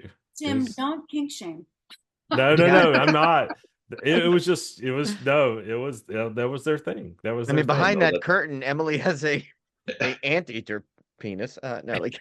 It was- Emily, that's 2 steps shy of illegal. I'm just saying, Tim is onto something there. That's a weird one. For sure is. yeah, especially that- like you're opening your home to a holiday. Like there's going to be old ladies, there's going Yeah. to be kids, there's going to be like all these Well, I'm random thinking people. if that's your thing, it's probably tough to find somebody else that's into it. And there's a great way to see True. how people react. It's like, I oh, that guess is maybe. true. That Like Wilson that may fella. be the that Wilson fella, he looks like he is digging this. yeah. He's been looking at this. He's looking at the goose version of that goose Looks penis there for a intrigued. long time now. I was I don't know, worried do he was going geese to have say he found. penises? I don't know. Yeah, I was going to say I was worried he found an upside down pineapple on the No, door. no. Yeah, no, but Ken, you have a good point. Like, how else are you gonna like? It's not like you could really Google that or get into a Reddit subgroup on that stuff. Probably, Probably not a lot. but No. you'd probably just have to hope that in this case Tim wandered in. No, it's not into. What can Anyway. I ask you one thing, Tim? Did they light it up like with a shadow box kind of thing, or did they just put Christmas lights around it? I just remember that they were very prominent. Like you could not miss these, and they were labeled. Like you could tell, like it would say, like Like a pig. museum placard? Like it did it? Yes, like it was like that. pig, horse, cow, Goodness. and like I was very, very strange. But I wonder if you kept going and finally the last one was like the homeowner, But it wasn't a picture. He was just sticking it through a wall, like a hole in the wall. It was live action. You had to be there at a certain time. Oh my God. Oh man, And what you almost tangent did we missed go this, on? Cone. Yes, Yeah. we Um, were. People So giggle. did you go through dare I ask if we actually got to Bill Skarsgård's performance at all? Not really. We focused more on his nether regions, but I will say this. Okay, so I knew about the mustache going in. So it did not shock me. It didn't surprise me. I was expecting it.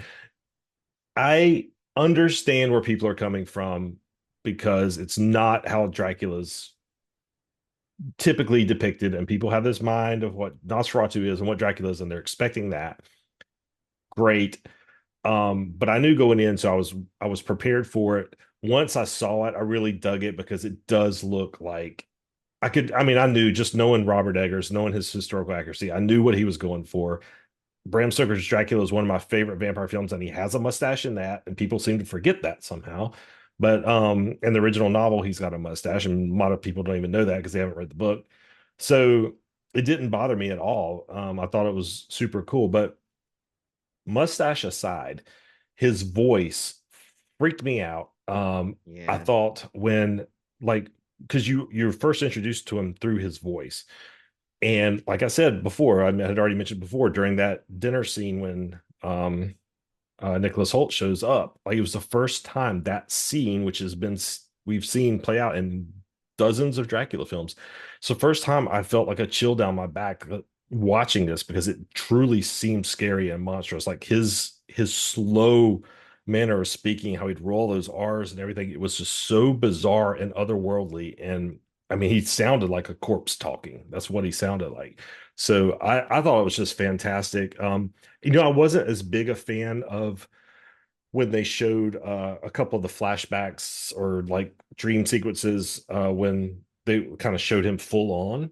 Wasn't as huge a fan of that, even though they did a good job of making him like kind of disfigured corpse. But when he was in the shadows and for most of the movie, he looked really good, and especially at the end, which I won't spoil, but was amazing. Like that was one of the scariest, most terrifying end sequences for a Dracula film I've ever seen. So I thought it was fantastic, and kudos to Bill Skarsgård for developing that voice character. Like I don't know, I don't know where he came up with it, but it was very effective.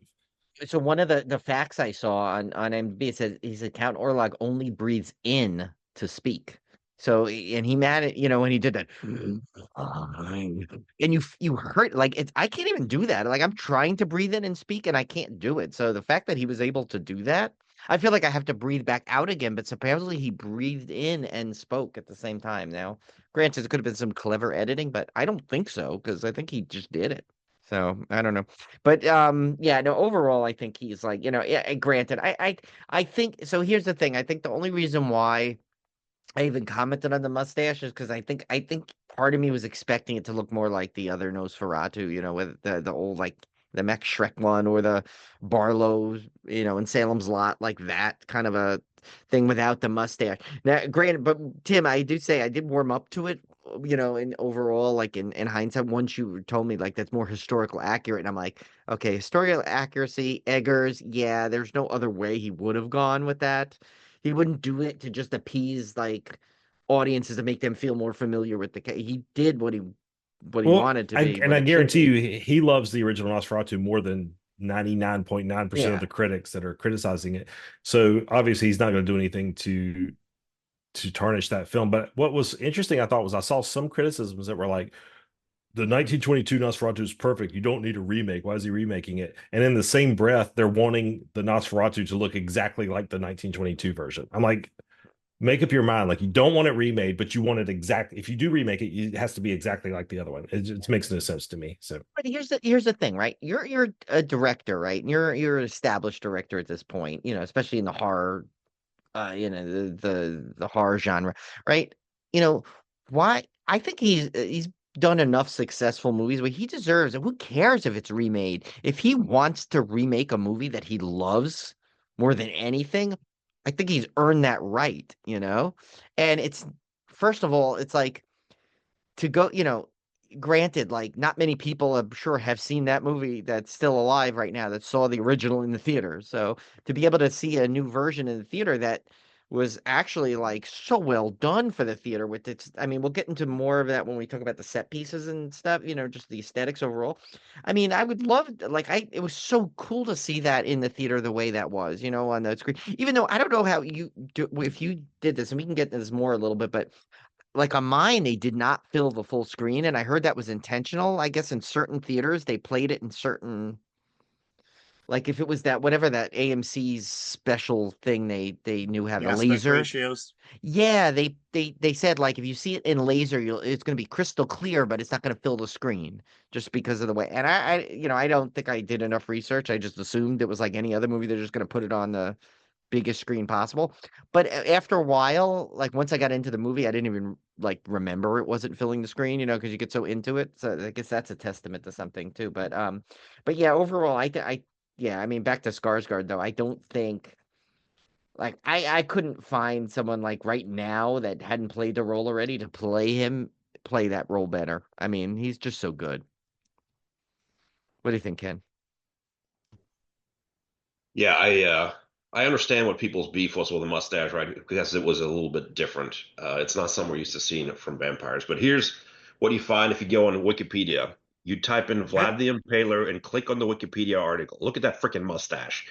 All right, so for the listeners, that's what I'm Yeah. showing them right now. If you go to there, it's on Wikipedia. It's the portrait they show. This is a historical portrait. And the bottom line is just like you said, right? Eggers is going to do what Eggers wants to do. He's well enough established. He is a buff for history. And look at this guy. I mean, he's wearing a red freaking hat that looks like it's blinged out with, I don't know, pearls or something. And he's got feathers on top and a big old piece of gold. Like it's bling, right? These guys wore high heels, right? They wore, flashy clothes and they wore big mustaches. And that is historically accurate, right? He was an Eastern European nobleman, and that's what they looked like back then. So people want to bitch about it, that's fine, right? If they don't like it, that's their choice. This was Eggers' choice for what the vampire looked like. He wanted him to look like he was put to rest and then got back out of the grave. He didn't change his freaking clothes. He didn't go shave. All right. He got out the way he was, and that is how he is. He's not too worried about personal hygiene. That thing you said about the voice, I think is really awesome. I didn't put that together at all, but now that I think about how he spoke, I was practicing when I had you guys on mute here earlier, and you can do that. You can absolutely talk while breathing in. It's incredibly difficult not to start talking while breathing out then too. But if I'm sure that Skarsgård practiced this and got it just exactly right. Yeah. But the funny thing is, we're talking about Bill Skarsgård and how he did in this role. And for me, Bill Skarsgård wasn't even there. He was so good that Yeah. it wasn't Bill Skarsgård at all. If I didn't like this vampire, I wouldn't think of Bill Skarsgård because there was no trace of the man. You couldn't see him. You couldn't hear him. He didn't look like he was shaped like him at all. Absolutely terrifying, right? So I think that itself is a huge testament to his performance there. Is the voice was completely alien. He looked completely different. He acted completely different. He has a huge range. We already talked about this, right? He did Pennywise. He did this. He did a million other things. But he's amazing. And I thought that was, like Tim said, one of the scariest vampire sequences in a long time, if maybe ever, at the very end there, that final scene that they have Yeah. together. So I know people criticize that one too. And was it the big action sequence riding through the forest like we had in the Coppola movie? No, it's different, but it does go back to the old Nosferatu story, so that actually matches up nicely. So people are going to complain, but I think for my money, they did a fantastic job.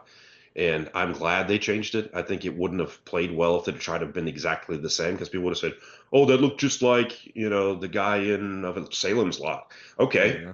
what the hell do you want, right? There's always going to be some complaint. I like this new take. I actually ended up liking the mustache once I thought about it. It took me a second to get used to that one. But it kind of contributed for me to his sort of bedraggled, rundown look that he's supposed to have, right? He isn't freshly made up like a lot of the Draculas we're used to, and the beard or the mustache kind of brings that to the table as well. He looks raggedy. I mean, dude, the guy's not gonna shave. I mean, the guy's like wrinkled, decayed down to his peen. He's not gonna like really worry about like coming out and going, So Brian, we were talking about that. We were Yeah. talking about a specific aspect, and that's where I think they had it wrong. That to me looked entirely too clean. But who am I to It judge? wasn't on. It's not like we got like this like full on like like 25-second view of it where we could study it Well, from all see, angles. what you don't realize is Nosferatu was sponsored by Manscaped. Wow, see, That would've That's that's been why where it they was so went. clean down there. There you go. Yeah, they're right. They didn't go. Yeah, they didn't go to. They went to Robert Eggers over us. I could see that. I mean, I honestly I can't blame them for that. So No. so now this is the perfect lead in for Emily. For manscaping of 19 or the 1,000-year-old vampires. That So killed me. That was a good one. So I also was thrown by the mustache because I love the trailer so much because you don't ever see him, you don't ever whatever, and so in my head I think I was just assuming what we typically think as Nosferatu or whatever, and so I was thrown when I saw the mustache at first, but yeah, then I mean I think that he wasn't romanticized at all. You know what I mean? Like I feel like the mustache just added just a natural humanistic kind of grotesque, like, I don't know, thing about him which I really appreciated, and it grew on me as well. I didn't mind it after a minute. It was jarring at first just because I wasn't expecting to see that, but I thought I didn't even know it was Bill Skarsgård. Like I thought he did such a great job. I didn't even know it was him. yeah. The whole time I was just like, wow, he's great. Whoever this is fantastic. Like, what a great job. Wow, wow. And then when I finally realized it, I was like, you are the stupidest human being in the world. No, but there were reports from your showing. They said some blonde woman stood up and yelled, "Where's Bill Skarsgård?" But I didn't think that was you, Emily, because I honestly thought you knew. No, it wasn't at all. Not at all. I think it's funny though that literally think of it like that, that mustache has been such a topic of which kind of shows that like that's how at some level that's how good the movie was. Is that like because someone's always got to pick on something, right? So and I even myself, I'm the victim. I said, yeah, the one thing that bothered me at first is the mustache, but then I think it was because I was so ingrained to thinking he was going to be mustacheless, and The same. Yeah, you exactly. know, First, it was just a little jarring to see, but it grew on me, and I mean, I don't mind it at all. I think it was. He did such a great job. I don't know. I was very impressed. Very, it'd very. be good. And I know I'm going to have the slight inaccuracy to the statement, but wouldn't it be funny if like they like as a cross promotion, like during one of the NFL games, they would have like to promote him to do the reveal of him, like they would have been like like show all the starting lineups, and like I was like like Joe Simpson, Ohio State, right guard, and then he came on, he goes like Transylvania, Skarsgård, or something like that. I don't know. Is that At just Gillette me? Stadium. Yeah, there you go. I saw Exactly. I saw a meme today where they were somebody had made a mock poster for Robert Eggers' next movie, which is going to be that werewolf movie, Oh yeah, and the yeah. werewolf had a big mustache. Where though? I mean, he's all I don't know, but it's pretty there. funny. It was pretty funny. Like where else I are have you to gonna put the admit. same? Are we gonna get? You think though? Here's the thing. What are the over under on werewolf peen though in that movie? Oh, there's Because definitely going to be some werewolf peen. yeah, It's a it's a I mean, it was yeah even in what was that? What was that one? The Wolf Cop, right? It had the famous yeah werewolf peen movie. Yeah. Well, yeah I think it's been historically neglected, and he will fix that. yeah Historically neglected. yeah. I mean, That's a nice way to historically, put it, werewolves Tim. have had peens. I mean, that's just a fact. Well, now we know our first question to him if we ever get him on the podcast. So where do you stand on historically neglected peens in the horror genre? I love this. Now Tim's hoping for him to do the Creature from the Black Lagoon, and then Ooh, that would be an interesting one. yeah, I'd Yeah, or frame that one not was that. peen. mysterious. I mean, it was as flat as it could be. I mean, there's no question about it. There was just nothing there. It was under the scales, Ken. You have to lift it up a Yeah, little. you had to look up the four scales. And Yeah. so I mean, we know he wasn't Jewish. But no. So listen. So we got. Uh-oh, Emily almost just spit out on our computer. So we got. Why does this always devolve? Brian, that killed me. Oh. Always end up in this? Funny, he this doesn't look place. Jewish. Yeah, always ends up here, no matter what.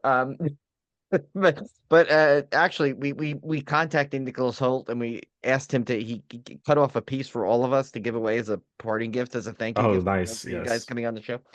Tim and I had to pull some strings on that one. But anyway, so right, the characters. I knew I had to leave Skarsgård for the end because that was where that was gonna go. But so overall the story. Now this is I think the one that I think Tim is gonna shine on because I know Tim is is just a classic monster fan.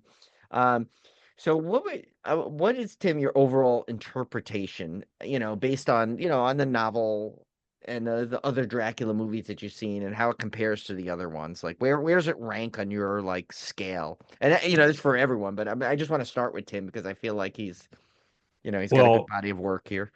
I mean, and Ken probably agrees with this. Like my favorite cinematic interpretation of Dracula has always been Bram Stoker's Dracula and that's just it's partially nostalgia because we saw it at a time in our life where we were in high school and it's one of those formative type movies and so it's hard for me to place it above that one just because of that nostalgic aspect. But to me, it's probably runs in discussion for a close second of the best adaptation of the Dracula story I've seen on screen.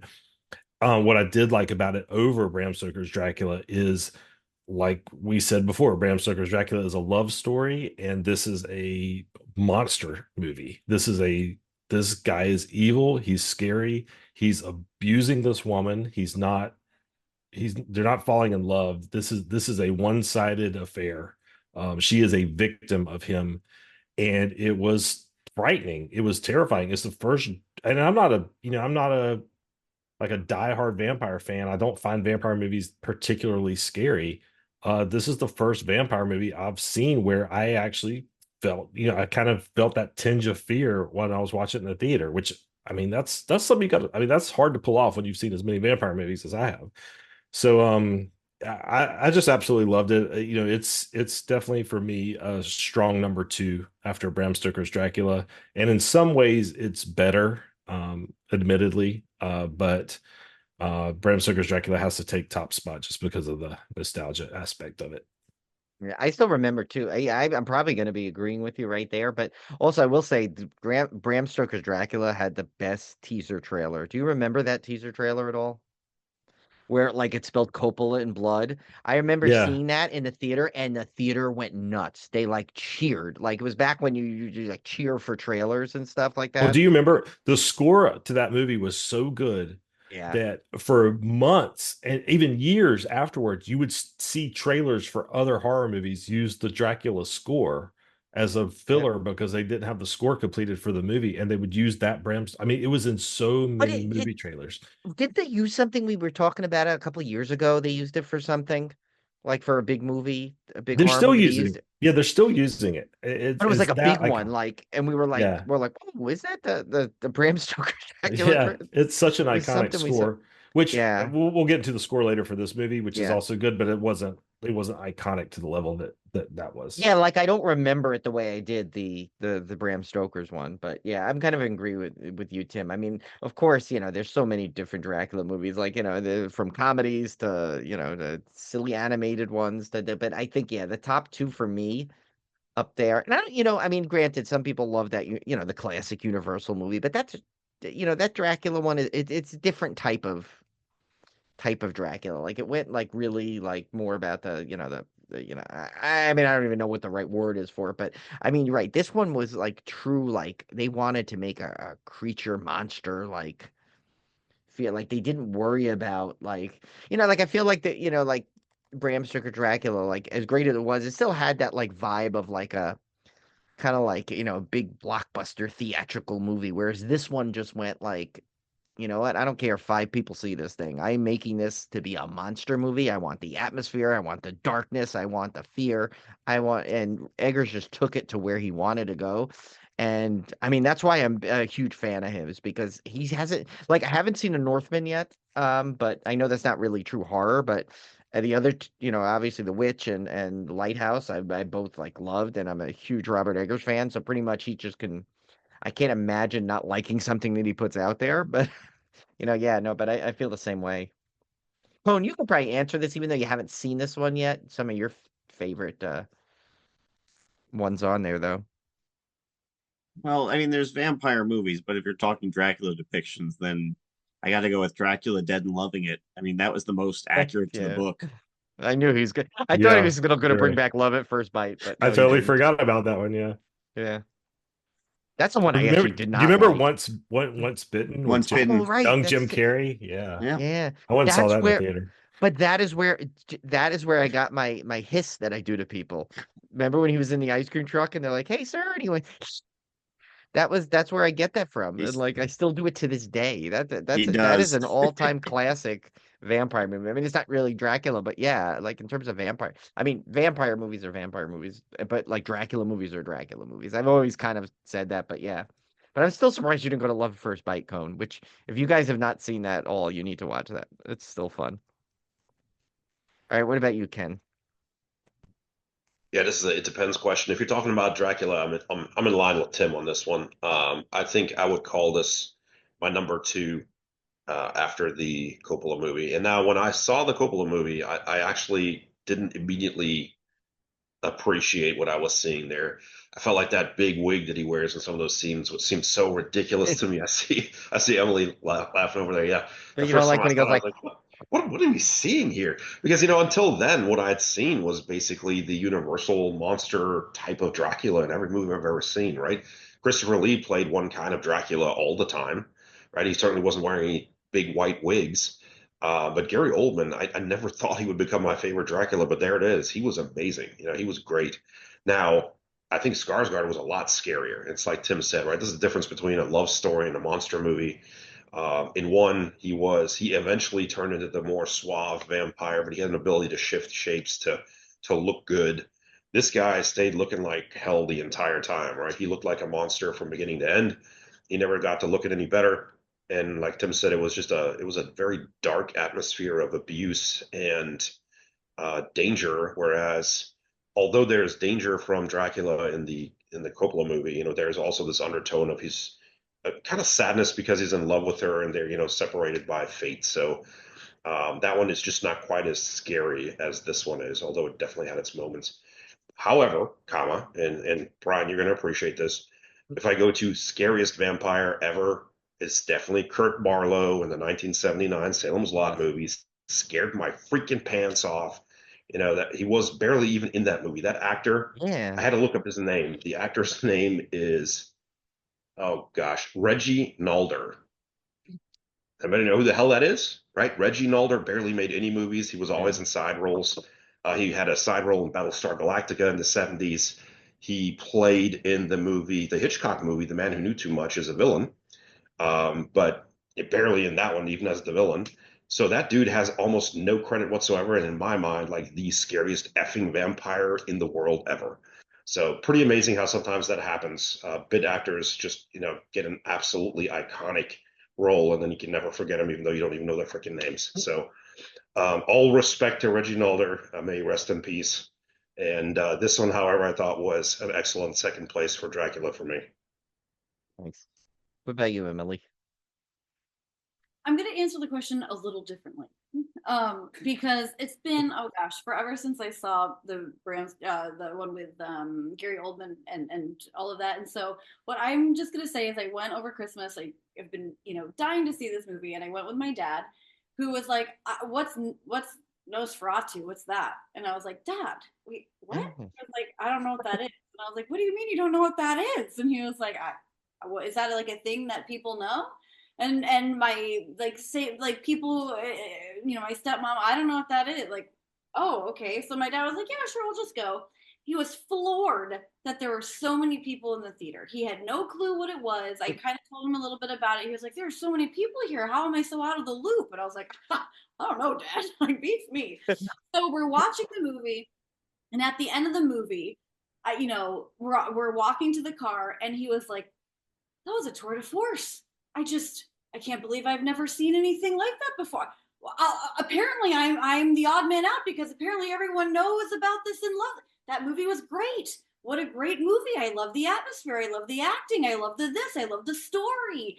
And so I think that just says so I'm answering the question a little bit differently just because I need to go back and rewatch the Bram Stoker's Dracula, but I just think it was such a great movie overall. And even my dad, who didn't even know what it was, was just like, "This is amazing."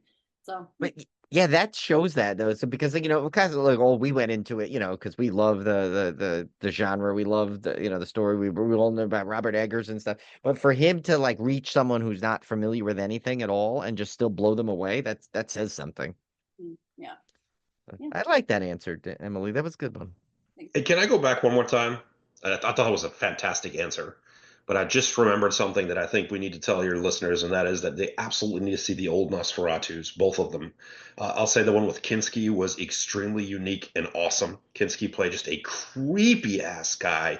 He seems more like the molester type, if you ask me, in that one.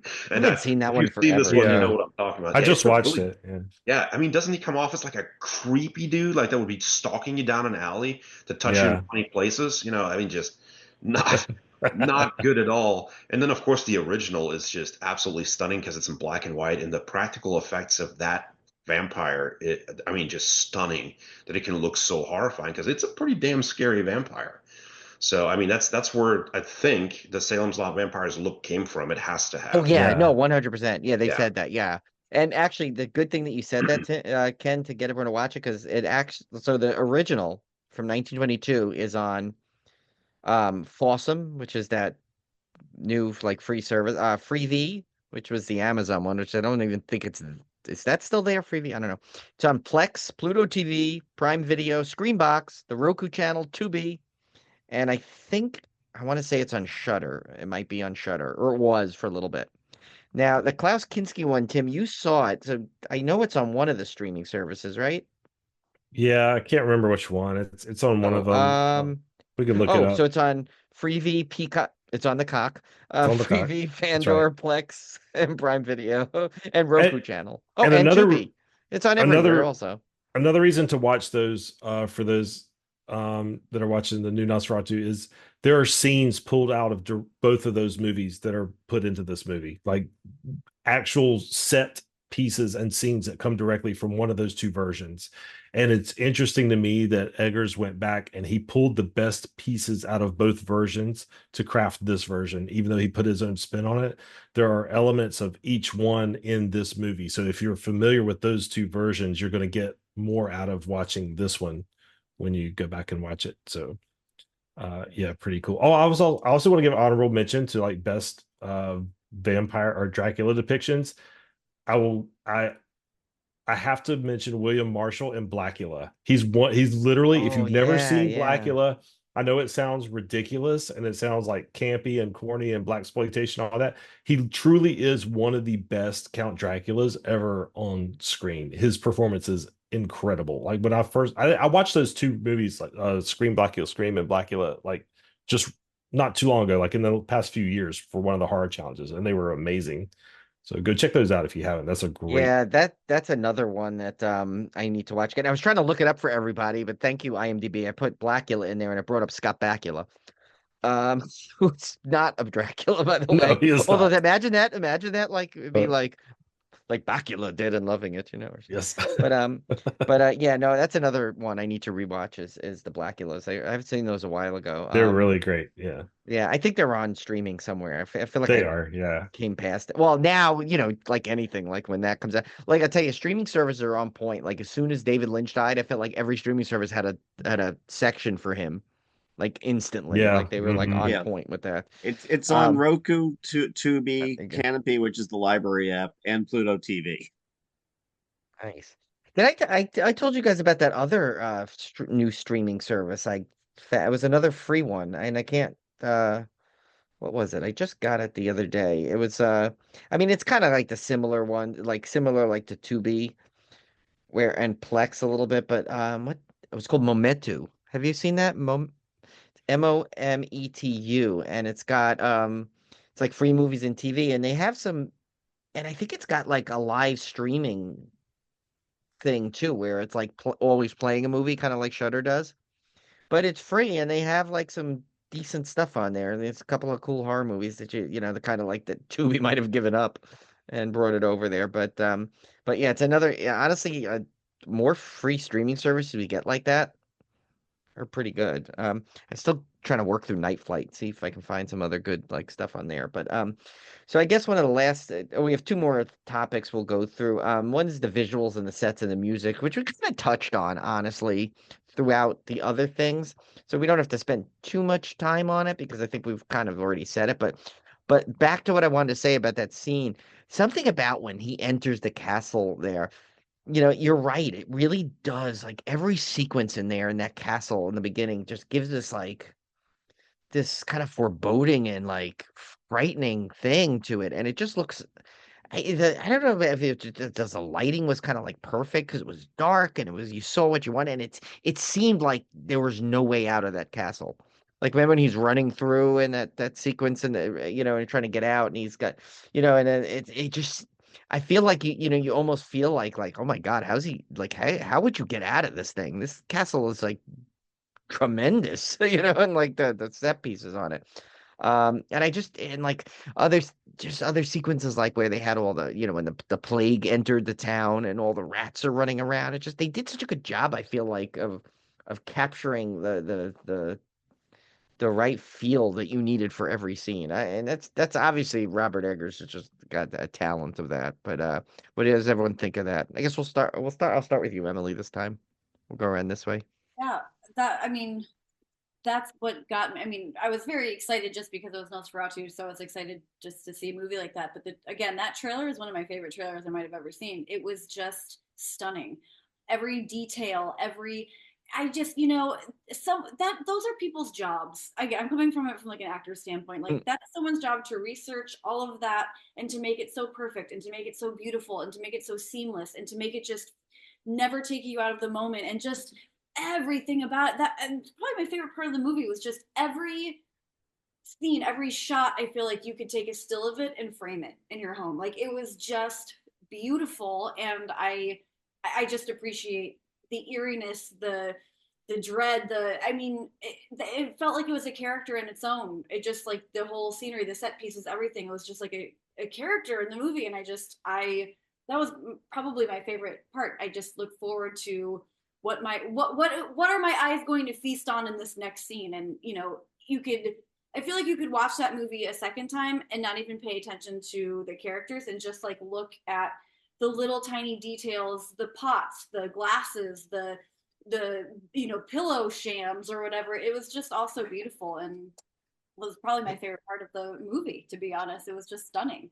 Yeah, Tim and I have said this a bunch of times too. We always say that whenever a set can be a character, like you've got something there. And when you said that, I was like, yes, that's exactly like I'm surprised Tim and I didn't say it first because that's usually one of our things we'll say. And yeah, and Emily is someone that filmed in a castle, so she knows. She can definitely talk about castle lore there. So I still think that's one of my favorite pictures of you when you're in the when you like it's on your Instagram where you're holding the chains on it and you're making that face. I don't know why. It just made me think of that. But yeah, so yeah, all points that I think we'll agree with. But we'll go to Ken first and we'll end up with Tim. So Oh, what do you think, Ken? I've lost track of what the question was, how I felt about the Oh, about castle scene. just basically the visuals, the sets, the music, the whole Yeah, ambiance and the aesthetics of the visuals film. for me, were a great balance between, really lush. I think that's kind of what Emily was saying there. That's what I'm trying to say is what she was saying. She just said it much better. But I'm amazed how they did that and still kept it so dark all the time. Normally when movies are that dark, you feel like you can't see anything. It's like almost like you're dreaming and you can't get your eyes open. Like you're trying to open your eyes so you can see, but you can't. You kind of had a really interesting balance of that and the beauty of the sets that he made. And I'd love to go back and watch that a few more times to try and wrap my mind around how he did that, because it's usually one or the other. You can't have both. If you watch the Kinski version, it is very bleak. The castle is white on the inside with like wooden floors, dark wooden floors. The walls are all extremely white and clean. They're bare. It feels almost like a skeleton itself, the castle. So when he's in there, it feels dead and it feels, just hollow, and it feels like he can't get out. This one felt much different. This one felt smothering, but it was still beautiful while it was like that. And the whole movie was like that. It felt very heavy. It kind of constantly felt like you were being set upon by the outside. The scenes in Germany where they are at the friend's house, It felt like the outside was trying to get in all the time.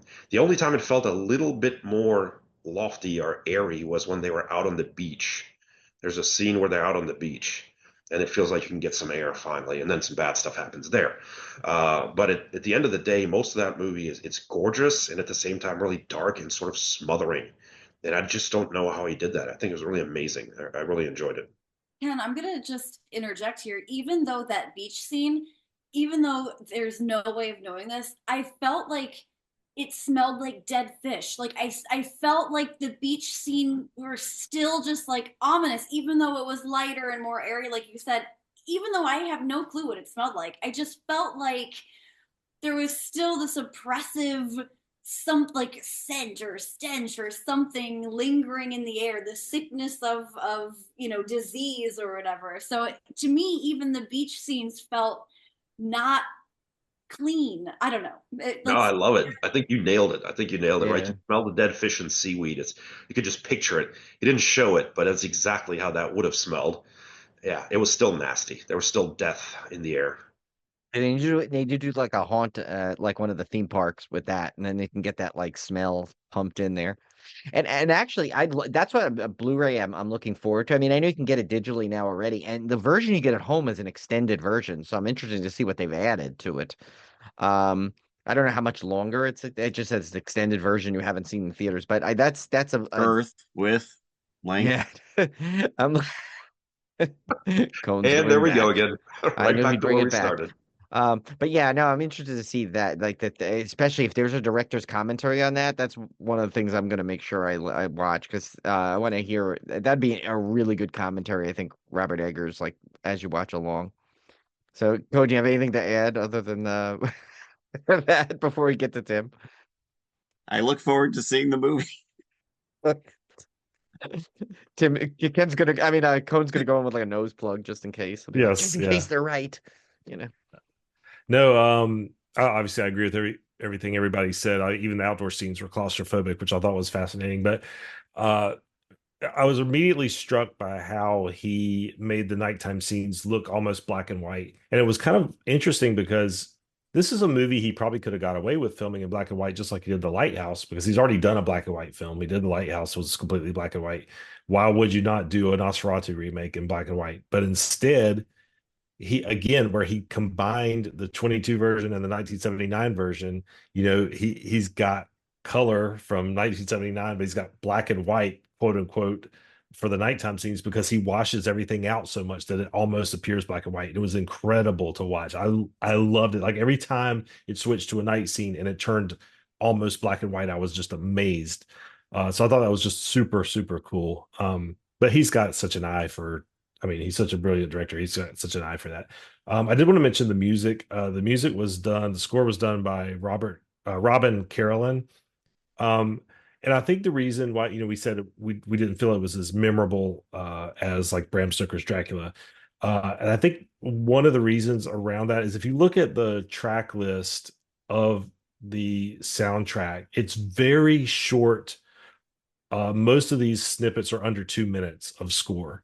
So it's broken up into these very, very short segments. So you're not getting this long motif like you did in Bram Stoker's Dracula, where you had these long overtures and stuff. These are very specific, very targeted to each scene, little tiny pieces of music. So from a score perspective, it's very effective in the film. I don't know that it's going to be one and I listened to a little bit of it before we recorded. It is really, really good, but it's one of those that it's not really made to be like a sit down and listen from end to end type thing. It's very targeted to the movie. So that was just my thoughts on the score, and maybe why I didn't completely notice it when I was watching the movie is because it is so small and targeted.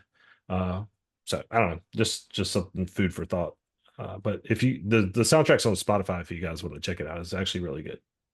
But what's good though is like the fact that when like a score is like I know sometimes a score will totally make a movie, but when a score just does necessarily when the rest of the movie has so many other like the visuals and everything, you're so immersed in there that you don't quite notice the score and it just kind of blends in. There's something to say for that too, though. I Oh mean, yeah, absolutely. I've always said the best scores are either the ones you don't notice or the ones you do notice, which yeah, sounds crazy. I know it sounds funny, but I know exactly what you mean by it Yeah, because like it should like never be distracting from the movie, but if you don't notice it, it was a perfect score for that movie because it blended in, like you said. But if you yeah. do notice it, it's because it's that good that you actually were transported out of the movie for a second and felt it. The worst ones are the ones like those old Italian 70s horror movies where they just put a soundtrack in that sounds nothing like it's like, he's like sitting there stabbing a woman and it's going and I'm like, what? Who thought this was a good idea? But anyway, Or I might just go cone, cone, cone, cone, cone, yeah. cone. Yeah, but yeah, no, I know what you mean. So fine. I guess we'll finish this off. This is, and it's funny because that's why I said this earlier when they like literally made the thing announcement about him doing. I guess it's werewolf the way he spells it. Like he spells it funny, right? The Werewolf, their werewolf. wolf, Yeah, their castle. yeah. Built to be Basically, so unfiltered. yeah, and it was basically my question was going to be as a fun little follow up was what other classic horror tales would you love to see him take on? And it's funny, Wolfman. I mean, this might not be necessarily Wolfman. Like it's not like I don't know if it's like a true Wolfman in this or it's because I know we've had that argument like a Wolfman versus a werewolf like kind of thing. Like I know. Knowing Robert Eggers, it'll be an actual wolf, and people think it's a werewolf or something, Right. And Yeah. then Like I have yeah, a feeling he's going to do something interesting in it. So it's like that was going to be one of my picks for what I'd want to see. So I'm not sure what it, but I'd love to see him do something that no one would expect, like a classic horror tale, yeah. like My kind of my like something original like thought was Phantom of the Frank. Opera or something. Yeah, I mean, my original thought obviously was Frankenstein because you're going back to if he's doing Dracula and he's doing Wolfman, why not do Yeah. Frankenstein? But that one to me, I don't know. It's the historical piece. I feel like Eggers has to bring some historical piece into it, and I don't know. The Frankenstein, not that Nosferatu is scientific in any way, and obviously Frankenstein would be supernatural in a sense as well. But for some reason, like the history piece doesn't. I don't know where it would fit in the Yeah. Frankenstein story, right? I I mean, I don't know if this is true horror per se, but imagine I could see him taking on the Hunchback, Hunchback of Notre Dame. Oh What yeah, do you you could think of just that? I could see him yeah. doing something like that. Because of that like the cool atmosphere he could pull. I mean, But I don't. honestly, I don't. As much as I enjoyed Nosferatu, and I'm looking forward to the werewolf movie, I don't want him to get pigeonholed into be doing Universal monster remakes. I'm hoping. Yeah, I mean, I think two in a row's plenty. Like, I hope true, he just true. gives them freedom to do other stuff. Imagine I he got an does like idea a on that one. Friday the Uh, 13th. oh no, God no, He not takes for it. that on. Let's have him redo Halloween. Yeah. Yeah, Oh, I mean, I Now, think he'd be great at a ghost movie, like a oh that's yeah, that's what yeah. I true was That'd be ghost getting at. cool. movie. Yeah, Tim, yeah, exactly. I think the 1963 Haunting, The Haunting, remake that Oh one. You need no yeah, creatures, right? It's all atmosphere, and he is so good at atmosphere, right? The witch in this movie are so heavy on atmosphere, and that one to be remade, not like the 1999 The Haunting. That one was yeah, fun, but it was not the same thing, right? oh yeah. no, and But the 1963 version, knocking doors and just all that atmospheric ghost story stuff. I know they've remade The Haunting of Hill House a couple times since then, but I think that he could really do this justice and scare your pants off without a whole lot of anything. Because he can just, he could take those rich sets and that mood that he sets and scare your pants off. So I think that would be really cool. now you gave me an idea of that. I'd love to. Not that I think this needs to be remade either, but I get the. I'd love to see him take on like the Changeling or something. Yes, like that. Like Yeah, now that you they said might the be it, haunting right? like That was that, I'm another one like, just like that. yeah, like because that's kind of always reminding me of the two. So that'd be kind of interesting. I don't know if this would even make sense for him to redo, but it would be kind of a little bit of like history. But what about Freaks? Oh, Ooh, That's a actually, great that idea. yeah, Yeah. That it'd oh, be I could hard to so pull off in this political climate, yeah, but but I it, feel like if anyone could, he probably could. yeah, it yeah. would be Well, super. it Like any depends. kind of carnival type thing would be Yeah, awesome with him. Yeah, I could see that. yeah, I could. Curious, Yeah, you're right. Oh, that's a good one, Emily. I didn't even think about that far back either. For the yeah, I I'd be still have curious that to see original version on Blu-ray. I got that special edition thing. Yeah, I That do too. I probably got Criterion. the same Yeah. one. yeah, it's like the reddish box, right? With the Yeah, They look kind of like a carnival thing on the front. Oh, speaking of that, speaking of Red, I just got my Red Room Blu-ray came yesterday Oh, such a good from movie. Vinegar Syndrome. Yeah, and then I got that other weird one. I feel like I should almost save it. We can watch it together. It's like a weird thing. It's basically 9 like cult video game documentaries, but I don't know what ones they're about. That's the thing. I don't know. I Oh, just I got remember it. that one. Yeah. Yeah, I just got it because I wanted to get something to hit the free shipping, and that one popped up first. I'm like, oh, this looks interesting. I'll just grab this. So, Yeah. oops, and now just my shoe came off. Okay. Uh, so yeah, so I think. Oh, Cone. What did you? We didn't get Cone's pick. No, I was just saying, I'd be curious to see a updated take or a revised take on the Golem. I think it's a great, Oh story for Ooh, yeah, mythology. that's yeah, that's another a good really one. good one. Yeah. That would be What's the great. one we used to laugh at, Tim? Oh, the Limehouse Golem. Right, that Yeah, was the the one we used Limehouse to. Golem. I just played a game actually called the Thaumaturge. It was a role-playing game, video game on computer, and the central story centered around the golem, and this guy was a magician, like kind of like a magician, but it took place in Poland, and there's a one plot line that runs through it about a whole golem thing, and it was really cool. So that would be Oh, that would be an excellent thing to do. here's an off the wall one because it's not exactly periodic, but like I feel like it's. I mean, it definitely had its time period for where it would work well, and this would give Emily probably nightmares. Imagine he took on Magic, that movie Magic. Oh, that would be cool. That's funny you said that because I almost said Dead of Night, which is that Oh, anthology, that's that another old. one. But so many people have remade that one. Emily, have you seen that one, Magic? That's why I said, oh yeah, it's Oh, you got to Anthony watch that. Hopkins with a marionette. William You, Goldman wrote it. Yeah. yeah, Yeah, you can't tell I, which is creepier, the dummy or Anthony Hopkins. the, And yeah, the- and it used to be on just HBO. watch Remember the back in the day, commercial. Cone? The commercial is so scary. It's on, Yeah, you yeah, can find it on YouTube. yeah, yeah. watch the It that commercial. used to be on HBO all the time. It scared the crap out of me when I was a kid. Oh, It me just too. was. If you can find it, I want to watch it. Yeah, Oh yeah, you'll let love me it. see. I think it was on Shutter for a while at one point, right? Okay, Wasn't it? my last hot take on what he should do next is Winnie the Pooh Blood and Honey 3. Oh, there you And you're fired. go. Emily, it is on Shutter currently. So there you go. Hey, I like that movie. I did too. The sequel too. I like both of them. I know. I'm excited for the Peter Pan. That actually was just showing the other night, and I wasn't here for it. I couldn't watch it, unsadly. But like, I'm here for the Pooniverse, you guys. Oh, I am too. Yeah, Tell me I'll that's look at not that. creepy. I don't know if I could do magic. That's that freaks me. Emily, come watch my Yeah, you gotta at movie. least Don't watch be the trailer. afraid of me. I'll watch the trailer. It's I'm so just a scary. puppet. I'm putting the trailer in the group threads. Oh Great. no, Perfect. Cone's gonna do it. Yes. Yeah. But yeah, no, that one, I would love to see him make like something like that, like obscure like that, Pooniverse? Universe. Universe just sounds wrong. I want to see the It's Popeye every- one that we talked about in our preview episode, the Popeye Yeah. horror movie coming out. That sounds Yeah. awesome. Imagine he took that one on. And Yeah. I'm pretty sure my friend Bill got these. Skarsgård is Popeye. Could you imagine? He'd kill it. Watch it. He'd kill Oh, it. He'd figure out a he'd way. still be- But would that mean you know what we do? We'd have to have Willem Dafoe as Bluto. I'm here for that. I could see that too. And then you get Olive Oil as Anna Taylor-Joy or Lily Rose Depp. one Oh of the my two. God. Yeah. Yeah. You You just could. get the whole like Eggers group. I would be a great olive oil. Wait, I'm gonna blow Tim's mind. Ready? Ralph Ineson as Poop Deck Pappy, Popeye's dad. Oh my See? God. This is starting to come to fruition. We may like have that. created the best movie ever. Oh my gosh. Robert Eggers Confession, Popeye. yeah. Confession for the group. I have still never seen the end of the movie Popeye, and I saw it in the theater. You Brian, walked Oh my out gosh. I've never seen the end. Sleep. I had to cover my eyes. because of the octopus. Ugh, He has to Cone. box an octopus no. underwater. How did you know it was coming though? That's the thing. Oh, I didn't. Oh, you just left it. You just.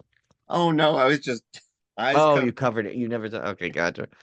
I'm so sure you're- if I watch it now, I will probably find it very ridiculously costumed and It not is intimidating. plastic. It is rubber. Yeah. Yeah. It is rubber cone. Oh my God, This we is we Robert almost Eggers. need this as a segment in the thing. Robert Eggers just randomly Robert give him Eggers another film to Popeye. take. Yeah.